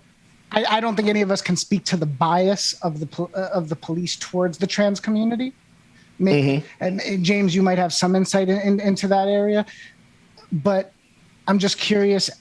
We know that trans killing is a huge killing or assaults of the trans community is a huge problem that's not given attention to in and of itself. So in this broader conversation about the uptick in crime and how to address it, I'm just trying to bring focus to that as well, and just wonder if this helps, I guess, which in my mind, my inclination is to say it won't, but I don't. I'm sorry. Go ahead, James. No, go ahead, Ben. Now, you first. I was gonna say, because I'm not saying that it's a stretch, because there could be some overlap there, David. But it is like it's a nuance that I don't know that we should probably try to parse right now. Let's leave that one bottled up for another conversation. Here's the direction that I want to explore with this, because the question also was posed is, what do we do? Like, what do we actually do? Because we have a couple of things ahead of us. I don't think the solution to the crime in our neighborhood. This is just my bottom line, James, and obviously, and I really appreciate your position on this. I mean, like, real talk. So I don't want anybody to give you flack about it. There's no position. What do you mean? No, your thoughts on it. Your thoughts on it. Your thoughts on it. Yeah, go ahead. Yeah, because there's no position. I don't agree with this shit. Like I said, go ahead. Your thoughts on it. I'll be clear on it. But the point is I am of the opinion, and I'm of the firm. My belief is that more cops in our neighborhoods do not make us safer. In fact, it makes us more unsafe because of the encounters that happen because of simple things like tail lights, jaywalking. I mean, this is more funding for them to get robot dogs, like we saw out of Brooklyn, the stuff from Black Mirror. Like, this is going to put more tanks in Ferguson. Every time we see black folks get anything from the Democratic Party, it's they put more money into cops, but they don't put more money into our schools. And if you want to ask me, like, if the number one thing that we can do is if we actually funded our schools in the inner cities, then maybe we wouldn't have these problems. But most of our schools in the inner cities are poor. I've served in the inner city schools, and I've had to print out books on my printer at home because we didn't have books at the schools. So I mean, that's number one. Some of the reason these teenagers ain't got stuff to do is because, well, our system is failing them right there. And so we spend all this money on cops, and we can't put the budget in the hands of teachers. So, I mean, that's just one of many things that we could do to actually address the problems in the community. And then jobs. Like, I mean, let's be real. It's if the best job, run the B-roll of Amazon. Here's the dilemma. If the very best job in the community is the job that you have to urinate in a bottle, because Amazon does pay pretty good compared to all the other jobs in Atlanta. I mean, that's the other side of the story, is that these fellas are taking these jobs at Amazon because Amazon is paying a little bit higher, a lot higher than McDonald's.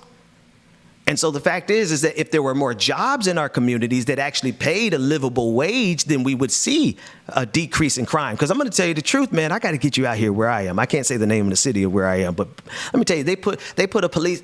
I live in a black. And when I tell you it is black, it is Wakanda black. It is so black. It's so black that I spotted the gentrifiers the other day, and we're going to have a city meeting about this. We're going to have to talk about these white bankers who are coming into our neighborhood trying to seize our territory. But I digress. The point is that they put a police precinct in our city. And because there was not enough crime, they had to shut that police precinct down. And so what I'm saying is it has never been the case in everything that I've studied that the cops have ever made the situation better for black folks. What we had on Rebecca. And like I said, I agree with you. I'm not saying that they're going to make it better, but my suggestion is, and again, I pose this to everyone in the chat. I see a couple of people said qualified immunity, which is good. Yes. What else can we do for neighborhoods, Ben, that are not like yours? Like, once you get here in the city where all of this crime is happening, what can we do? We got the water boys on every corner of this interstate getting off exit ramps. They getting so aggressive now. They throwing bottles at cars and hurting people. And I ain't talking about just white people either. They getting us, their own kind. Yeah. So what else can we do? Because then I'm going to be the first one to say it. The cops not doing anything about them either. They only get them when they see it or whatever. So that's my other question. What can we do?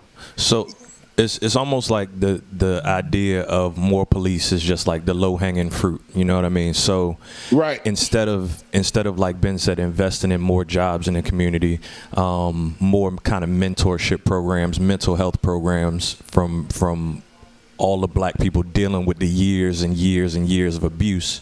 You know what I mean? It's easy to say, more cops because that's the quickest answer. That's the quick fix. Yep, just the band-aid on a sinking ship. But just, to an example, in Baltimore, they have like the squeegee boys who be out on the corners when you at the light washing your windows.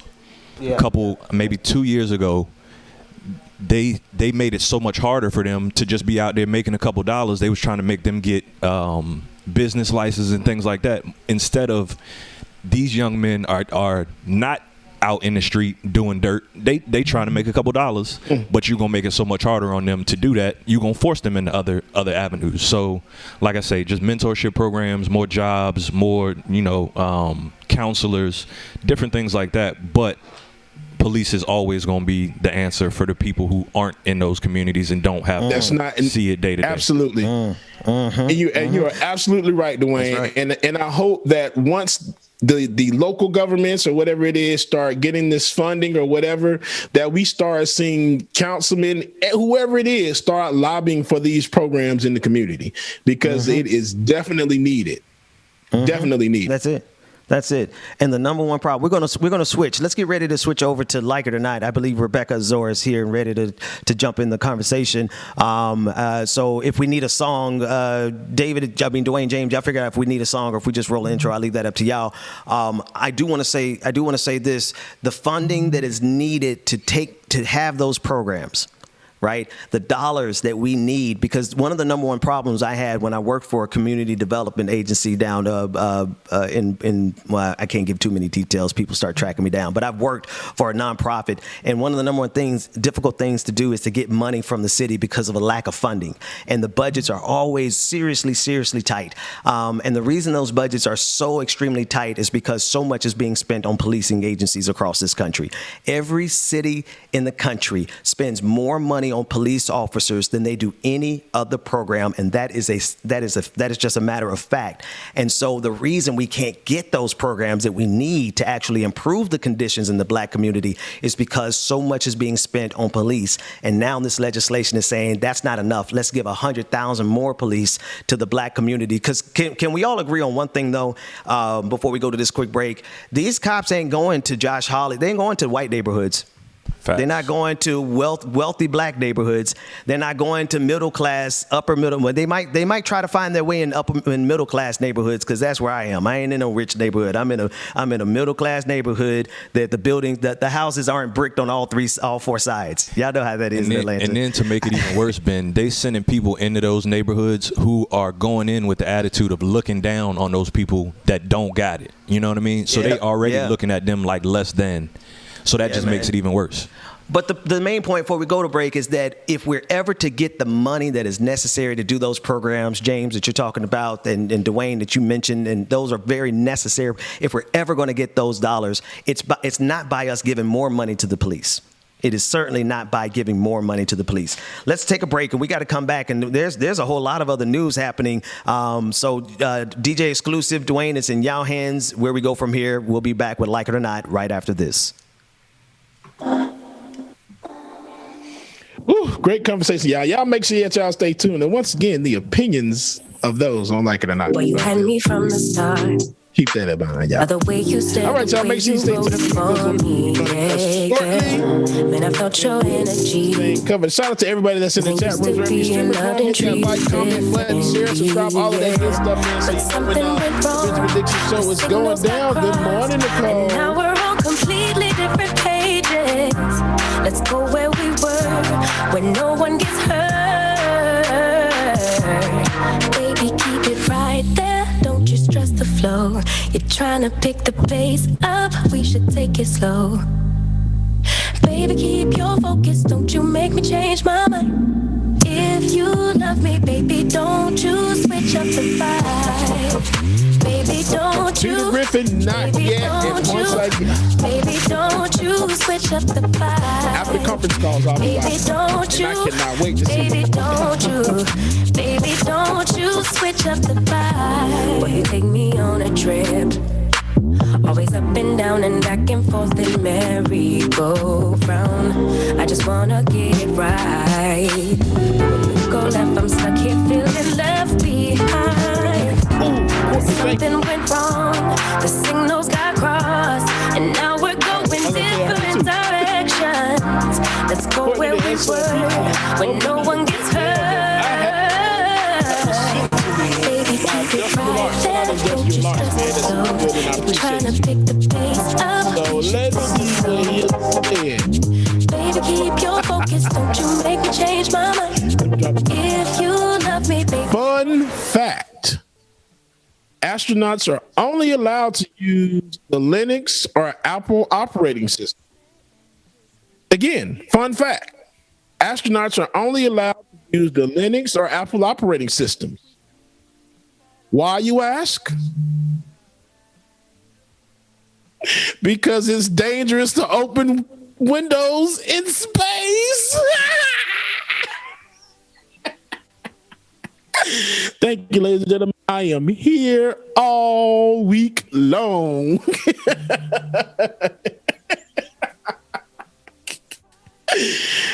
Hope y'all enjoyed that, man. Make sure y'all stay tuned. Rebecca's joining us momentarily here. We'll get back to the show. Baby, don't you, baby, don't you, baby, don't Infinite content. There we go. Baby, don't you, baby, don't you.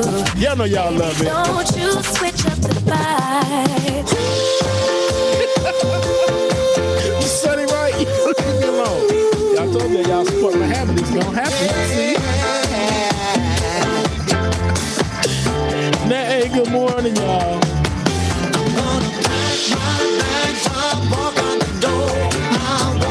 KFZ 24/7. See, y'all getting on me. Y'all need to get KFZ. KFZ said, which bear is the most condescending? Panda. For me, there ain't no other. But you just couldn't be bothered. I can't stand y'all. What love is about. Oh, wow. It gets me 'cause there ain't no doubt. I know, Goku. I know. Alicia, I love you too. Thought I was nothing without you. I didn't know that was one of your jokes. Marvin probably wasn't together. I'd be looking at these things on the internet and trying to get the best ones. And you know, most times they're terrible. You're no good, still I'm loving you. But I made up my mind. Jayla Woods, good morning. DB for Justice Jacolas, good morning, man. You better leave me alone. Yes, Justice, make sure that you hit me up and make sure that you get me some video as well too. I do want to share that on the show so we can show the people what you do, man. You do some awesome, amazing stuff, bro, and everybody needs to see it and support. So make sure you get that to me, Justice. Leave me alone. I'm gonna miss you. Okay, I think we're coming back. I have to listen to my headphones. You know I don't wanna fight ya, but there is something about ya that makes me wanna scream and shout. You left me hanging down and out. I think you never leave me. Mark S. says affordable housing, educational investment, more mental health official responders. Yes, community-owned businesses will bring down crime. But Mark S., I freaking absolutely agree with you. Because right now it seems like these jokers don't know how to effectively handle mental health crisis when they're responding to them. They just all over the place. And trust me, like I said, y'all, I don't agree with this bill. And no, I don't want these 100,000 goddamn cops in our neighborhood. We don't need them. We need reform. Deform, actually. Defund. How about that?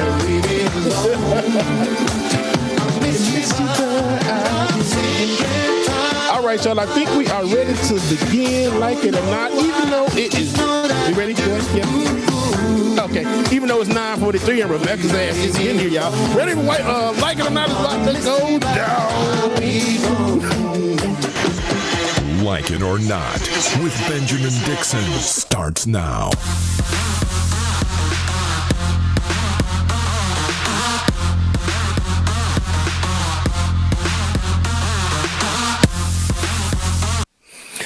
Good morning, good morning, good morning. Hold on, let me get in frame. Good morning and welcome to Like It or Not, where we're free to tell the truth and not care who doesn't like it. Hey, Bubba. Bad hair day. Huh. Yes. Well, it's been a bad hair day this whole week. I have no time to get my hair done. David, but can you change my color to red so I can match? I ain't coordinating with the people today. Well, if you was on screen, it wouldn't be a problem. I can't let folks know where I can't let folks know where I am, man. I'm still going to work on that Amazon story, like regardless of whether people think it's important or not. So I'm trying to protect the workers because they're all really, really scared. But that's why I'm not on screen. But Rebecca, being calling in from witness protection. Right, Dwayne. Like this sucker can't go to the shed in the back of his property and just stream from there. Well, no, because I'm actually not there. I'm in a different city right now, and I'm going to be traveling in a couple of different cities, starting with I'll tell you guys after we come back. But anywhere, I'm being honest with you, anywhere there is an Amazon delivery system, there's a story. But how you doing, sis? Glad you're here. Good. I'm good. It's just been, yesterday I know that we spoke or the day before, and I told you I was supposed to take the day off yesterday because I needed some rest. Didn't get a chance to do that. So they didn't approve it. Of course not. Yeah, they didn't approve it. They was like, girl, if you don't bring that ass. So I ended up working overtime though, because I needed the overtime. But I keep sleeping through my alarm. That's been a thing. I keep sleeping through my alarm. Like I get one every now and then, but I don't know. It could be, I have to figure out what's going on, what's making me so sleepy. And it could be some new vitamins that I've started that probably got a little bit of that melatonin or whatever. Because I've tried, I have 10 new vitamins since I went to that party. I'm on teas and vitamins and all of this. And I am tired. You guys, I'm tired. I can't lie. You took all them vitamins and you tired? I'm tired. What's the point of the vitamins? Well, maybe the vitamins are doing what they need to do, but when nighttime comes, I think my body is just tired. I do the show in the morning and then I go straight into work. And sometimes I don't get off of work until super duper late. And then I guess I'm up for a minute. I take a shower and then meditate, pray, fall asleep. Scroll through the shade room for a second or two, and then I fall asleep. Right. Hey, real quick, Truth the Dragon joke. Dear Mouth, grow up and solve your own problems. I'm sorry. Go ahead, y'all. You got to say it slower though. Yeah, you got to. I processed it, but give it to us again. Good job, Ian. Dear Math, grow up and solve your own problems. I get it. Dear Math, grow up and solve your own problems. I never was good in math. Me neither. I failed statistics you don't need to college, bro. I was good. Ben, hit me up after Ben. We got too much of the same sense of humor. Go ahead, Rebecca. I'm sorry. I was good where I passed with an A or a B, but that's because I'm a dork. But I'm not good in the subject. I'm good at retaining the information, but I wasn't good in the subject. But what you said you weren't good, but you got an A or a B? Girl, where were you when I was in school? I'm good at retaining information. The same thing with, quick story. There was a science class that I had to take, or biology or chemistry, or one of those words that are big. One of them. So I had to take one of those classes at FAM. And so I was just failing all up and through. That course. I mean, when I say failing, and the professor, pulled me to, office hours, pulled up, and I was like, "Hey, what's up?" She was like, "First of all, don't, and you've been missing a lot of my classes. You're coming in, you're coming in on time, but you're leaving early." And because I had to make it across campus to get to the other class at BL Perry. Right. Man, Jones Hall to BL Perry is a far distance. Okay. So, anywho, she was like, you know, Rebecca, if I'm going to tell you, if you pass with an A, the, what is it? Not the midterm exam, the big exam at the end of the year, right? If you pass this one, then I'll give you an A for the whole class. Because she looked at me, she's like, because clearly you failing. So I studied and y'all, I got an A++ on that. And I ended up passing. That's crazy. They should have never did me like that. Because what did I learn? Not a thing. But I learned to retain the information for that test. And it took me getting readmitted back into school and basically them saying, yeah, you don't have to take any math classes or anything. Just come back to school. We'll give you this degree, write a paper, and you're good. Okay, cool. Because I failed that crap 3 times. I ain't gonna lie to y'all. Yeah, that was man. I was cool. Yes, man. Like regular math is cool, but when I got up to stats 2 and started doing all that stuff, I'm like, man, well, listen. Like, what's the point of just doing all this stuff? What I'm gonna do with that? And I haven't touched it or used it at all in my adult life. Yeah, James, let me tell you something, brother. I'm gonna be honest with you. Like, as smart as I like to think I am, statistics kicked my butt too. I had to take it a couple times, so I'm not even gonna lie. Statistics. Liberal arts was supposed to be like for the liberal arts is supposed to be the version of math, you know, like when you dumb, so you want a liberal arts. No, don't get me. Listen, I'm good at math. I'm actually good at math. Everybody was in my liberal arts class though. The smart kids that were like running for different things, and they was writing liberal arts with me. It's just that statistics is just a different way of understanding. Like statistics uses math, but it's a way of understanding the world. And I didn't have a professor who could explain it to me like that back then. What school did you? What university did you go to? No, that wasn't Bethune-Cookman. This is when I transferred to the PWI. She's trying to be shady. She trying to be shady and say all this morning. See, my calculus professor at Bethune-Cookman was dope as hell, Professor Douglas. Bethune-Cookman wasn't a university then either. I'm sorry. So when I said university, I actually was asking about university. I wasn't coming to Bethune.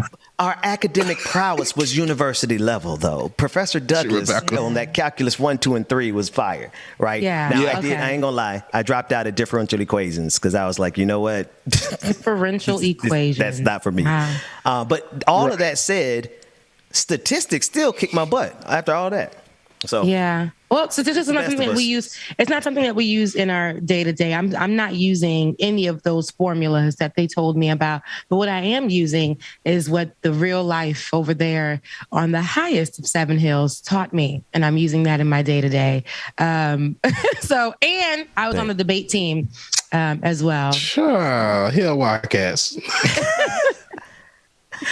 I know she's missing half of the experience. I'm going to be honest with you, folks. The best way to experience any of these episodes is with your in-ear headphones. Like, cover your ears. I disagree. Don't listen through a laptop. Really? What do you listen to us on, David? Oh my gosh! Yes. If you play this in the car, Jesus, it sounds absolutely amazing, y'all. Yeah, I disagree. Look, I disagray. Oh Lord Jesus! Now I'm about to agree with you too. Go ahead, Rebecca. I really don't have anything. No, listening to it honestly for me, I know you guys like the sound experience, and I've heard it with the sound experience, but maybe I'm just a visual person. I mean, we just talked about how visual I learn. I could just look at something and be like, okay, this word matches with this letter. So once I see that on the paper, it's going to coincide. So when I see us on the screen, I don't know. I enjoy it. I watch, I kiki, I have a moment. You know, I like to see Bubba's teeth. I can't wait till I see Benjamin's bald head. Right. You know, I like to see the camaraderie visually, but, you know, I've listened to it and the quality is just as good, but I think I'm more of the visual person. But we have a whole spectrum. That means we have it for people who want to see us, and we have for people who want to hear us. So, you know, it has been tough. The best way to enjoy the show is watching it live so you can interact with all of the great people in the chat room. Wow. Yeah. That's right. Yeah. Well, I guess I have to agree with everybody. What does that mean? I'm talking out all sides of my neck, like not both sides, but I'm talking out 4 sides of my Yeah, you voted. Rebecca, You can't be on I'm phony as everybody's hell. side. I don't You know can't which be one on- but no, if I had a preference, I'm with It James. would be through. It's listening to it in the car. Yeah. No, absolutely. Listening to it in the car is the best way to experience the show. That said, Rebecca, I don't want to take the. I know there's stories that we need to cover, but I also need to tell you about a Haitian brother that I met who sings and does politics. I said this brother brought me. Atlanta?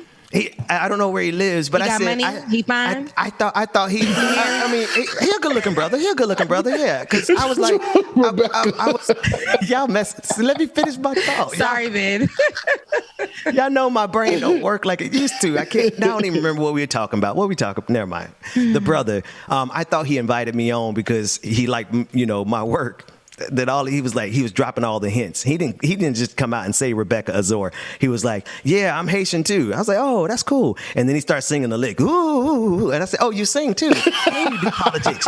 You didn't bring me on here for me. You brought me on here to connect you with Rebecca Azor. Well, let me find out. For what show is it? My brother, I think this show is the Pascal show. Pascal show. Pascal. Yeah, but he's engaged. I saw the interview. He's engaged, Ben. He's engaged? Oh, I didn't hear that part. Yeah, Never mind. You missed it when he tried to mention it just to protect him. Well, you messed up the moment. That's it. Oh, so that's what you're saying, David? That Ben tried to put me out there on Front Street. Because remember, we talked about how Ben always does this. He tried to put me out there. I'm like your uncle trying to hook you up. Your big brother trying to hook you up. Political body in the streets. And what happened was the man won cashing because he's already But he said we outside since waxed and waxed. Hey, listen, let me tell you, he wanted to make sure I knew that he was Haitian and that he sang. And I'm like, oh, well, 1 plus 1 equals 10 to me. So I put all of it together. I saw through all of it. So anyway. Ben, you could be definitely wrong. He probably just is Haitian and can sing. And does politics. And he looks like he's at least 6'2". 6'2", and he's engaged. Oh, he's engaged. So we ain't gonna be disrespectful. Shout out to our sister. Shout out to our sister. Solidarity with you. My bad. I honestly did not hear that part of the question yesterday. That conversation. I missed that. Pascal didn't miss it. My fault. Pascal.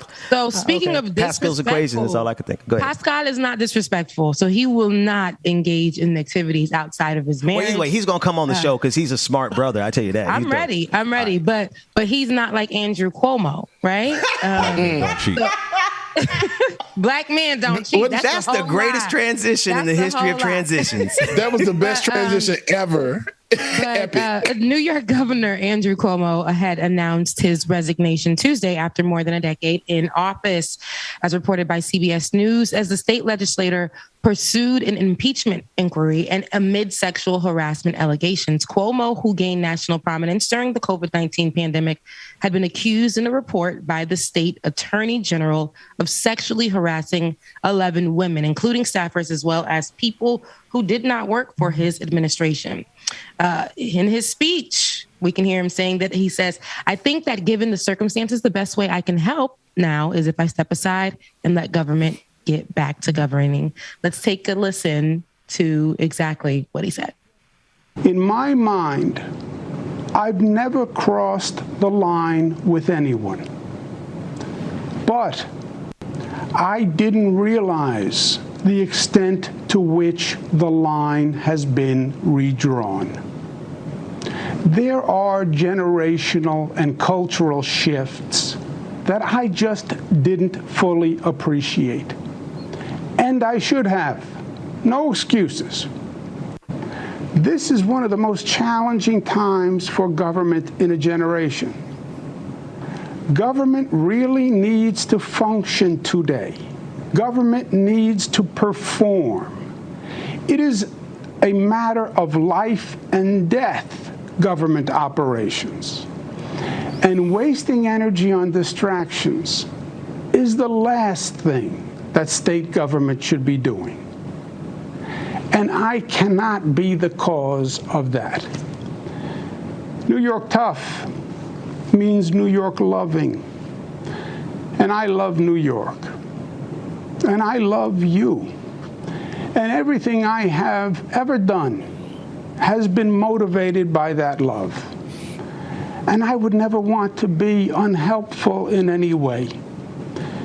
And I think that given the circumstances, the best way I can help now is if I step aside. Oh, look, I'm like, I was waiting for that hanging. That was aside, and because I wasn't looking. See, again, I wasn't looking in Zoom, but I was just waiting, listening for him to continue. To but say, that was a cliffhanger. Yeah, it was. I'm like, and you resign, but anywho, I think that if it wasn't for the pressure of everybody and. There's a lot of help the people who don't understand why he resigned. I think everybody should know, but maybe they don't. He resigned because he's accused of harassing 11 women, sexually harassing 11 women. That this is the problem. Everybody is saying, why is he resigning? Why is he getting pushed? We had the president of the United States, Biden, even say he should resign before he resigned, right? So the conversation was at hand. We already had Lindsey Boylan, who I've covered already here on this channel, who worked under his administration before, who was one of the first, if not the first, to speak out about Cuomo and her experiences with him. A lot of people said it's because she's trying to get an opportunity. She's running for office for a position locally. And they were saying this is why she's now coming out with that. Yet she's already spoken about this before and nobody paid attention. When she spoke about it, when I covered the story, everyone was saying that it is because she's running for something that she's speaking. And I posed a question in that particular story saying, y'all, we are in the year, and this was at the end of last year. And I was like, we're in the year of what? Me Too and Believe Women, right? And I get it. A lot of women may lie. A lot of women may not lie. But this is not the only woman that's coming forward. Right. She just happens to be the one that was brave enough to do it first and challenge him, especially in a time where Cuomo was lifted as Jesus, not Jesus Jr., as Jesus himself. In New York and how he handled COVID-19. Remember, they made him very presidential. Before we even got Biden, they were saying he should run for president. So he was already lifted, and they were doing these cute little scenes on CNN with Andrew Cuomo and Chris Cuomo doing the brotherly argument. And when one had got COVID-19, they were talking to each other and doing these great segments on CNN. And now Cuomo's not able to do Cuomo. Chris Cuomo's not able to do those segments anymore because he would have to call his brother out, in which he actually reportedly helped his brother, through the coaching through the situation. So, and this is reportedly, this was something that was going around a few days before he resigned. So I say all that to say, he is resigning because he knows he's lost the battle. This is not 1999. This is not 2003. This ain't 2005. We are in the year 2021. So even though a lot of people still aren't comfortable with the idea of believing women, now when investigations happen and it is proven, it is proven that he sexually harassed 11 women. Now they have to move forward with stuff because people are going to say, wow, you're not obeying the law, right? We're going to pressure them. We're going to be out in the streets. A lot of people are going back and saying, well, what about Donald Trump? Here's my thing about that. They both. That's right. Not just, but what about? They both need to be reprimanded for their actions. So wait a minute, Rebecca Zor, could you just say, what about they both? Do that again. My God. Right. No, I can't, Ben. I can't. It's just the one time. That's the word. That's the word. Because people want to go to the what about isms. People want to always do that and say, if you look online, if you look on Twitter right now, there's a conversation between people who look like us and people who don't look like us, people we can see right through. They are having conversations all over, Dionne Warwick's internet. And they're saying that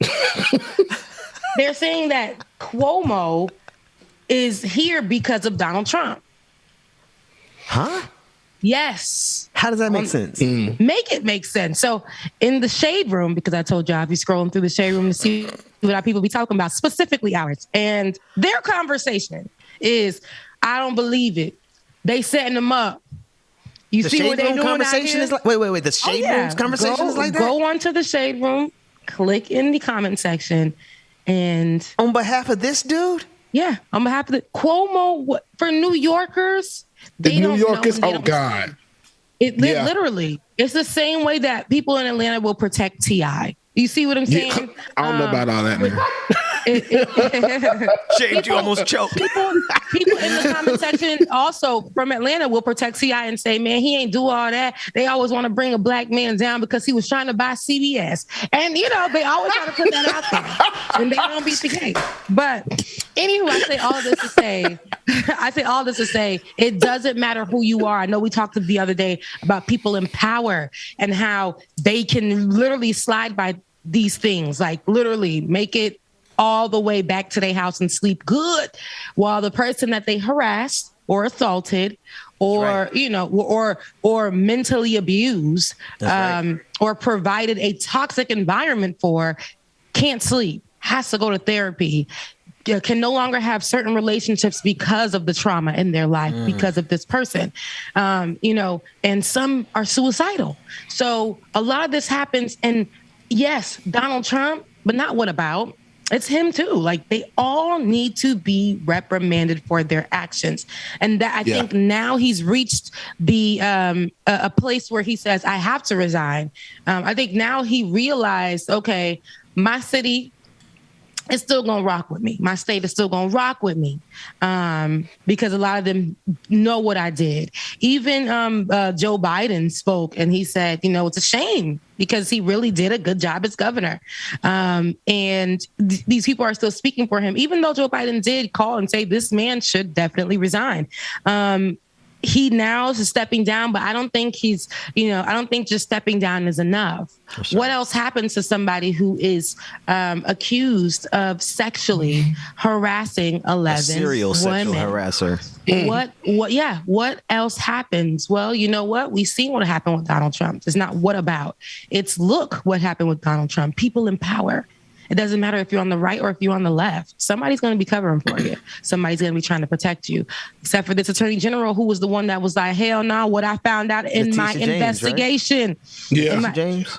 I don't know her name. But what she was like, what I found out in my good old investigation, that this man sexually harassed 11 women. Okay? And so what we're not going to do is keep him in place. What we're not going to do is act like this didn't happen. So his resignation is effective in 14 days. Lieutenant Governor Kathy Hochul, I hope I'm saying her name correctly, will take over. So in the first time in history, because of a man sexually harassing 11 women, that included his staffers and people who didn't work for him, New York will have their first lieutenant governor as a female.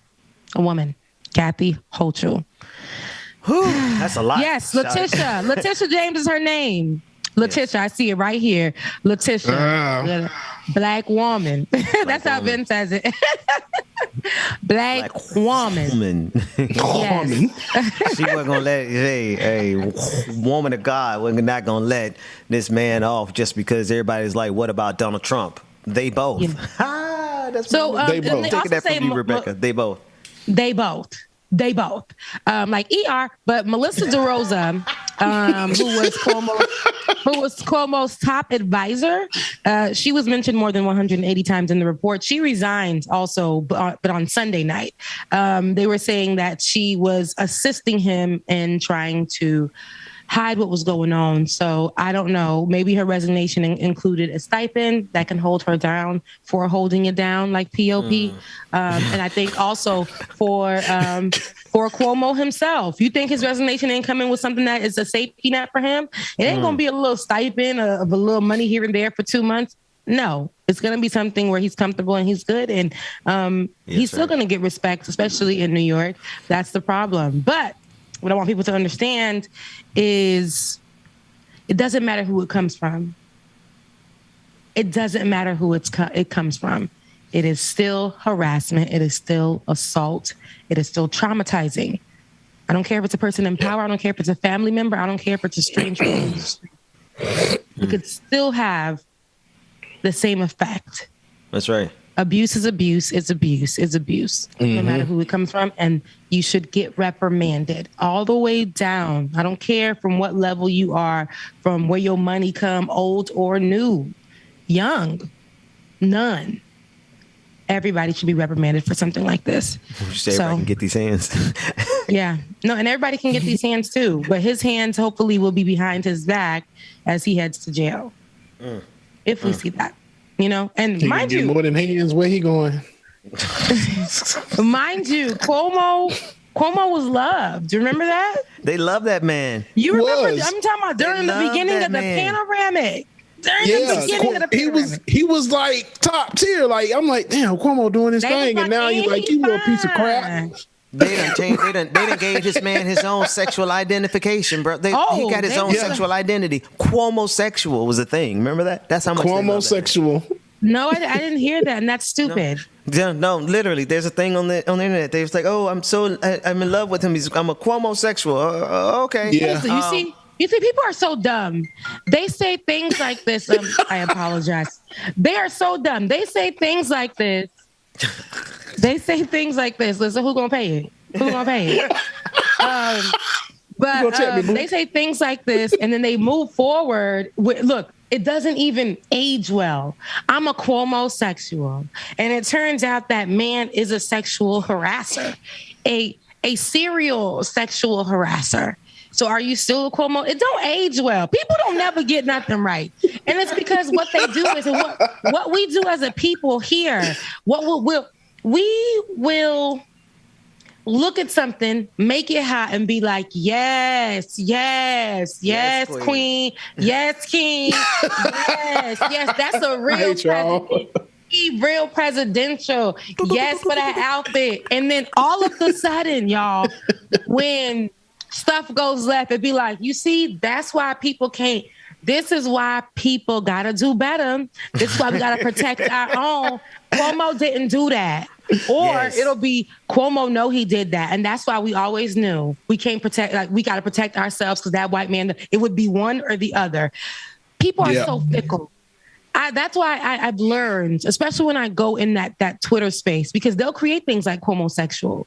They'll create things like, you see what happened with Randy Rainbow. Randy Rainbow created Cuomo-sexual. I'm sorry. Go ahead, Rebecca. And see, I'm going to move past that because, see, that's another conversation for another day. I know, right, Rebecca. But yeah, because I would let Bubba really handle that one. But Randy Rainbow, another day. Go ahead, another day, because that conversation. See, it's all crazy. In the name of, come on, Rebecca, take let me us tell home. you.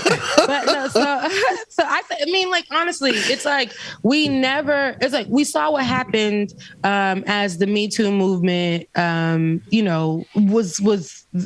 was gaining some kind of push, and it only happened when a white woman said "Me Too" and tried to hijack the movement of Tarana Burke, Black woman. Nobody paid attention to this Black woman and what happened with her. And she created this Me Too movement in 2008. But somebody else said Me Too, knew about this movement and said Me Too. Yeah. And moved forward, and they were able to get Harvey Weinstein. They were able to get everybody else. And the white women, too, were saying, what's that man's name? Bill Cosby touched me. Oh, Bill Cosby is straight to jail. Next day, baby, expedited. Okay? Expeditiously. Broke the rules. Yeah. But when those Black women were saying, this happened to me, it's almost like it's unbelievable. So I'm happy that we're in a time where these men in power, regardless of color, can be looked at. But I want more than accountability, because I don't want people to think that him making a statement, getting the opportunity to make a statement, is accountability. Because that's not accountability. He harassed. Letitia James, Attorney General, said in her investigation, she found that he harassed 11 women. sexually harass 11 women. That's the problem. And everybody who was coming at me all the months ago, back in the good year of 2020. I don't know whose year that was. Satan for sure. But back in that year of 2020, everybody who was coming for me, y'all, that was saying, "Oh, Rebecca, you're wrong on this one. Lindsey Boylan, all the way from the Twitter space." And I've learned 2020 did teach me that to not really to not go back and forth with your children on the internet. But you guys deserve to give Lindsey Boylan an apology, because all of that pressure, all of that she went through, all of that, people say that you're a liar. Imagine if somebody told you or your child or your mother or your sister or your brother or your cousin, after they told their story, that they were lying. Even though they were trying to move on with their life and create a career for themselves, because they were trying to do that, they're lying. You can't believe them. Imagine yourself in those shoes. Right. So, you know what? Good riddance to Cuomo. Mind you, I mean, his swag was okay. Everybody was making it seem like he was damn Chris when Chris told Don Lemon on CNN, okay, that he got some black in him. Right. Your ass said that. I forgot about that. That's what we do, and that's the problem. We can't hype it up like that. Y'all start forgetting about the policies. Y'all start forgetting about that man hiding COVID results. Y'all start forgetting about all of that. Y'all start forgetting that he opened New York prematurely. Y'all start forgetting those things. And now he's so fine, and he's a presidential man because he made a statement. Y'all real good on loving and holding on to, Kamala Harris wore them chucks and them pearls. Yeah, no. Girl, what else she did? And you know me. Nothing. Because when Michelle went to the when Michelle went to the inauguration, I was like, yes, come through with the burgundy. Yes, come through with the hair that is laid. Yes, come through, because ma'am was fierce. But at the end of the day, if I didn't like Michelle for another reason, I would say, yes, come through. But sis, you still owe us for X, Y, and Z. But I got no issues with Michelle Obama. But, some smoke you don't want. I'm about to say, okay, girl. But Kamala Harris is like, I can't support somebody that says there's no racism in America and turns around and stamps a protection order, legislation that protects Asians for a hate crime, which tells us that there is racism in America. So I got problems with that stuff. I got problems with that stuff. I got a problem with us gassing up folks for being mediocre in their work. In their work. Not in how they look, but in their work. Like, people could be fly all day, and I had to learn that for myself. I used to be that person.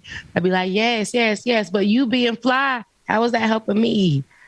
You being loved by so many, how is that helping us when you haven't even done any of the work that you promised us, and you've been in office for 25 years.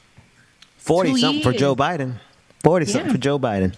So, anyways, I'm sorry for running my mouth. Yeah, I'm sorry. You said a word today. And look, though, only reason why they was on Cuomo so hard, I was about to say something else, and I have to remember where we was, because Ben's cousin was watching. Only reason they was on Cuomo so hard is because from what he was claiming that he did during the pancake, that's all. And then he was like, oh my God, Cuomo. He stopped Panda. He stopped the Panda from coming. Yeah, right. And I probably was involved in that president. I probably was involved in that conversation for a day or two until I was like, hold on. Y'all telling me that this man is hiding numbers so he can open up his state? Right. People out here, wait. That's not presidential. That's not presidential at all. So I had to gather myself and my thoughts. And govern yourself accordingly. Business. Yes. Yeah. And start understanding, this isn't presidential. So let's not go off of popularity. Let's not make this like we do Instagram, like we do Twitter, and whatever we like and we go with. Nobody has a mind of their own. I feel like social media does that too, where nobody has a real mind of their own to go and check it out, to go investigate, to go see more about this person, this thing. They just look at that first line of a viral post and be like, that's it. That's what I think. And that's hindering us from really being educated as we should on certain subjects and on certain people.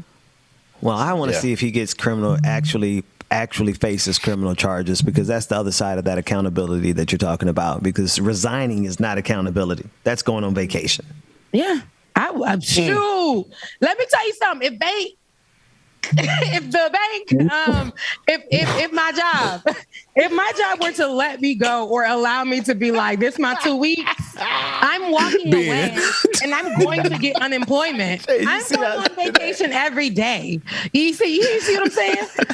If I did something wrong at my place of employment, I would definitely, if they told me, just put your 2 weeks in. Oh, say no more. After what I did to you guys, I'm just going to put my 2 weeks. Y'all, I'm going on vacation. Who holding down my spot?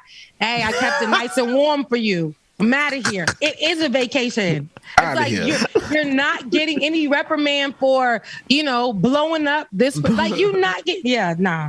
He at home eating good. He at home cutting a steak and just oh man, this man went on getting ready to go on vacation after he does about 2 weeks of hell and havoc, because he's going to read. Oh no, he's not going to be in New York. He's not going to be in New York. He's going to be out of there like probably yesterday. You think so? You don't think he's going to hang around and tidy up? His third home. No. He got made for that. He's probably in his third home. No, I mean tidy up anything he needs to make sure nobody gets a hold of. But no. He had people doing that for him already.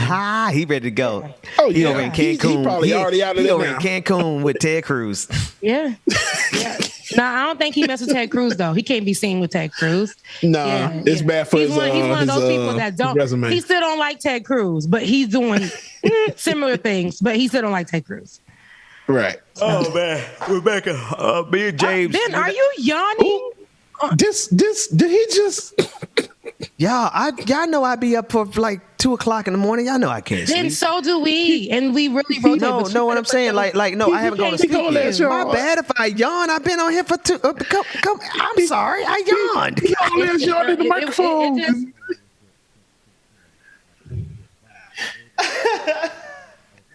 Yeah, Rebecca. Not everybody. Not everybody gets to come on. Yeah, that show. Right, Rebecca. We've been on here since Jesus woke up and started walking around again. Jesus walked. Jesus walked. That's all right. That's why I came on and gave y'all what needed to be given. Man, and that's But what about they both? That need to be on a t-shirt. They both. BOF. BOF. They both. Oh my goodness, we got 10 minutes left. Rebecca, can you split the difference or listen to what me and James were talking about before you came on and help us navigate through it? Nope, I was gonna go straight into Black Joy. I'm just kidding.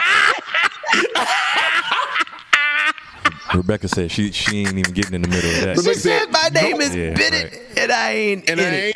I am not in it. My name is Wes. Attention in the chat. She was like, "Nah, stay right on out of it." I'm gonna move on. I'm gonna move towards Rebecca was all in it. of the playground. So they were looking for Rebecca's commentary. So I know that on another day. Yeah, that's fine. We already got 9 minutes left. Fine, Rebecca. What you got on Black Joy? Yeah, so I don't know, David. Pull it up. Dwayne has 2 clips. Yeah, Dwayne, drop it. Everybody passing the hot potato. Yeah, hot potato. Okay, ain't they though? Wait a minute. We already played this. This was Soul Monday. We played this one already? Yeah. Yeah. My bad. No, that's my bad. That's what happens when you miss work too, though. No, I gave it to him. It's my This one is good.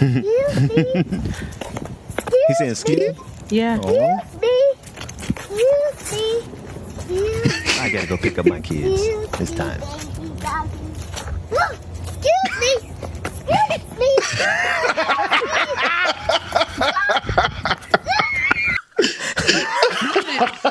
I didn't see that one. Patootie self has all of the great manners. Yes, in the world. And me. He said, excuse, first he was being nice. And then he was like, I said excuse. Okay, now they're chasing me. Then he started going crazy. These parents need to stop harassing these kids though. You see your kid getting scared. You need to coach your kid how not to be afraid of it. I've seen more than But kids teach each other how to be afraid. TikToks. No, these parents are recording their kids in full fear. Gotcha. I think like 10 TikToks of these kids. Like, this one girl, she was catching some fish. I believe it was with her father, uncle, or grandfather. It was something like that. He was teaching her how to fish in the lake. She done caught a fish and she's like, help me. He's way in the back recording her. You got it, baby. Help me. He's like, you got it, baby. You got just. And then she started feeling the reel go crazy. The fish done jumped onto the grass. She done ran off and gave it to the streaming. And he said, no, come reel it in. She's like, no, you do it. You do it. She was frustrated. She was mad. She had to be about 8 years old. But these people are just literally recording their kids' horror on TikTok and stuff. And I'm like, this is terrible. How cute is it that he was using all of his manners, and no matter how many times he said, excuse me, that mama or daddy was still recording, like, look at them ducks and look at him. You got to teach the kids how to problem solve and figure stuff out on their own sometime. And how to monetize trauma. Yeah, that's what they're doing. And no, see, Dwayne, that's why God is giving you what he's giving you. Because it's not going to work like that. Who you telling? That's what I thought, Dwayne. My daughter that's what I thought. Same way as that kid in the picture, because my wife is more scared of birds than that little boy was. Oh yeah, that's true. They do get it from parents though. My best friend, her son always screams when he sees like a bug. He'll just be going crazy, and she's like, Elias, you got to stop doing that. Yet when I'm on the phone with her, a bug comes through. She's like, oh no, ow, ow. And she's screaming too.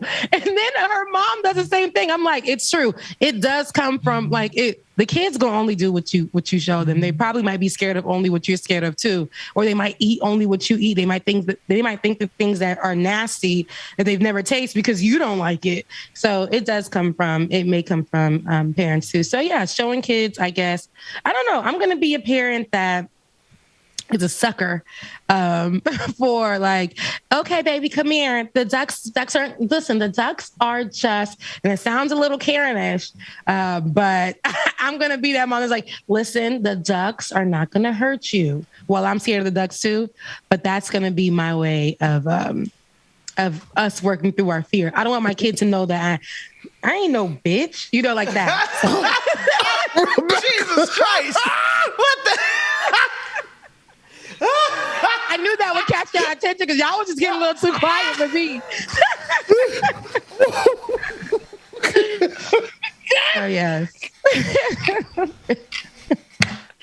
Good night, everybody. We'll see y'all tomorrow. So, yeah, let's drop another black joint. Oh, merciful Lord. That's all I got. That's all we got. I heard there was two more. Dwayne, I'm about to say Dwayne got two more. I just dropped two more. If we give me a second. All right. Oh my goodness, I wasn't ready. I wasn't ready either, man. It's like, hey. Me and David was trying to get the joint together. Right. I saw Bubba texting. I know what's his name won't listen to me. Dave was probably like, when is Rebecca going to be done talking? And Ben, he was talking to me. Look, he's doing. Ben probably stretched out like this, like, damn, it ain't 6:30 yet. That's what I was feeling. Rebecca, I'm looking at this clock. It's 10:26. I got 4 minutes. Damn, that's messed up. 3 minutes and 26 seconds to count before I go to sleep. Oh man, here we go. African American gestures 2. Period. Caucasian encounter 1. Caucasian encounter 2. Combo pack. I doubt the validity of what you're saying. You know, you a damn lie. Nah, see fins. Oh, that's that one.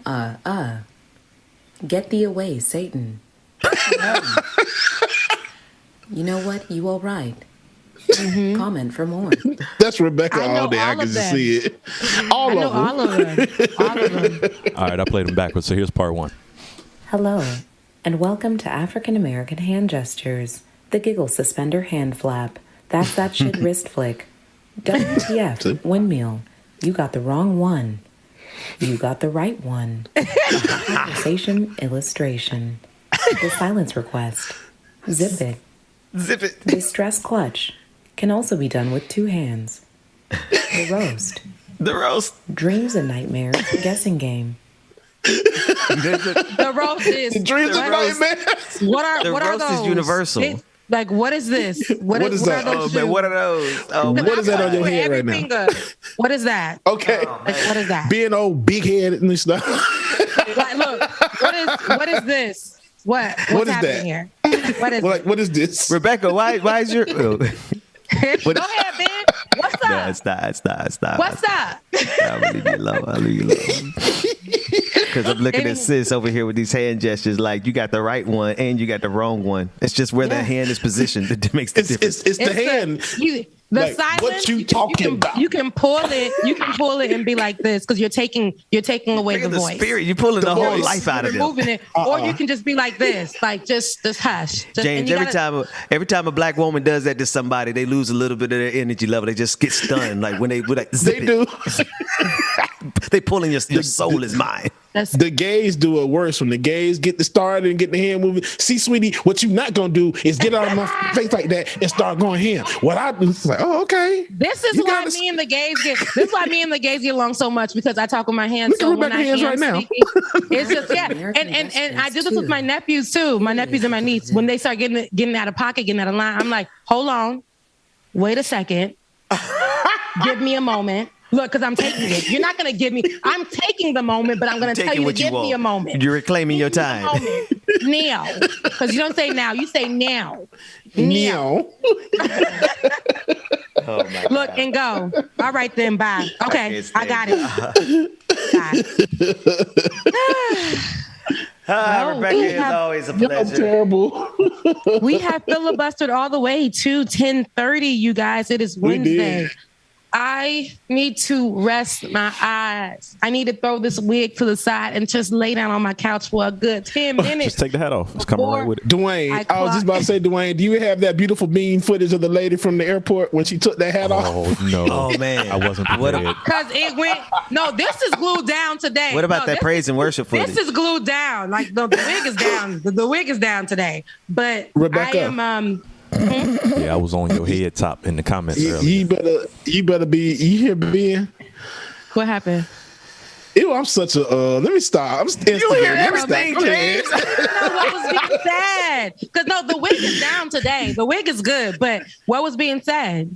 He said, Look, what was that? I said you like that lady in the airport. If you take that hat off, the wig going right with it. Talk about the video. I said the video. It's not gonna come. It's not gonna come off. It's here. The wig is here. Oh, Rebecca.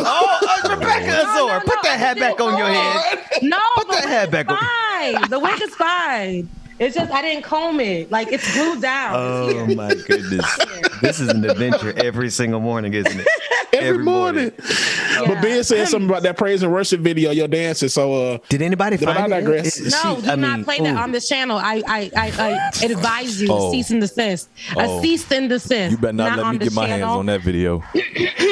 No, leave. Okay. I said that today on Wednesday. It is August 11th at 10:31 a.m. I asked that none of the producers acquire any video of me doing any performance activity outside of Like It or Not on this channel. Thank you. Now you know we got to play it. Okay. For the audience, just go to Rebecca's Instagram. Just go to her. We won't play it. It's off of my Instagram. Yeah, y'all go follow her on Instagram. In exchange for watching the video, go follow her on Instagram. I hear you, Rebecca, but once it hit the internet, that thing is there forever. So, you know, you can't. Yeah, and that's why I'm going to delete it as soon as we get off. You can't do nothing about what people do with it after you've already put it out to the world. Just ask Amazing Grace. I can attest to that. I can attest to that. Bubba and Bandit. Well, since I was searching for a clip that you did with Nina Turner, and and then you praise dancing, giving God all. I mean, you were giving God your best, sister. You were using the fresh oil. Whoa. I don't know what you just said, Ben, but we Anointing. are at time now. Don't act brand new. You had anointment. You had anointment in that video. Thank you so much for your services. We have reached the end of the show, Like It or Not. I love you guys. It is Wednesday. Go talk to somebody who is a woman and be amazing to that person. I say a woman because it's Women Crush Wednesday. So women all over the world, it is your day. I don't know if one of my dudes is gonna buy me lunch today, but let's see, because that's what I need a nap and I need tacos. I need something good. Like I need something good to fulfill my life right now. But I love you guys. Mean it. You know what? We don't. We do James, not. play some music. Yeah, I'm out of here. That was it for me. Bye, y'all. Love y'all. Bye, y'all. Love y'all. Mean it. Man, we appreciate y'all for coming through this morning and kicking it with us. We greatly appreciate it. Make sure on your way out the door that you hit the like button, you share, comment, subscribe, whatever you get a chance to there. And we will see y'all in the morning. And okay, we'll see y'all in the morning. Love y'all, meaning deuces, y'all.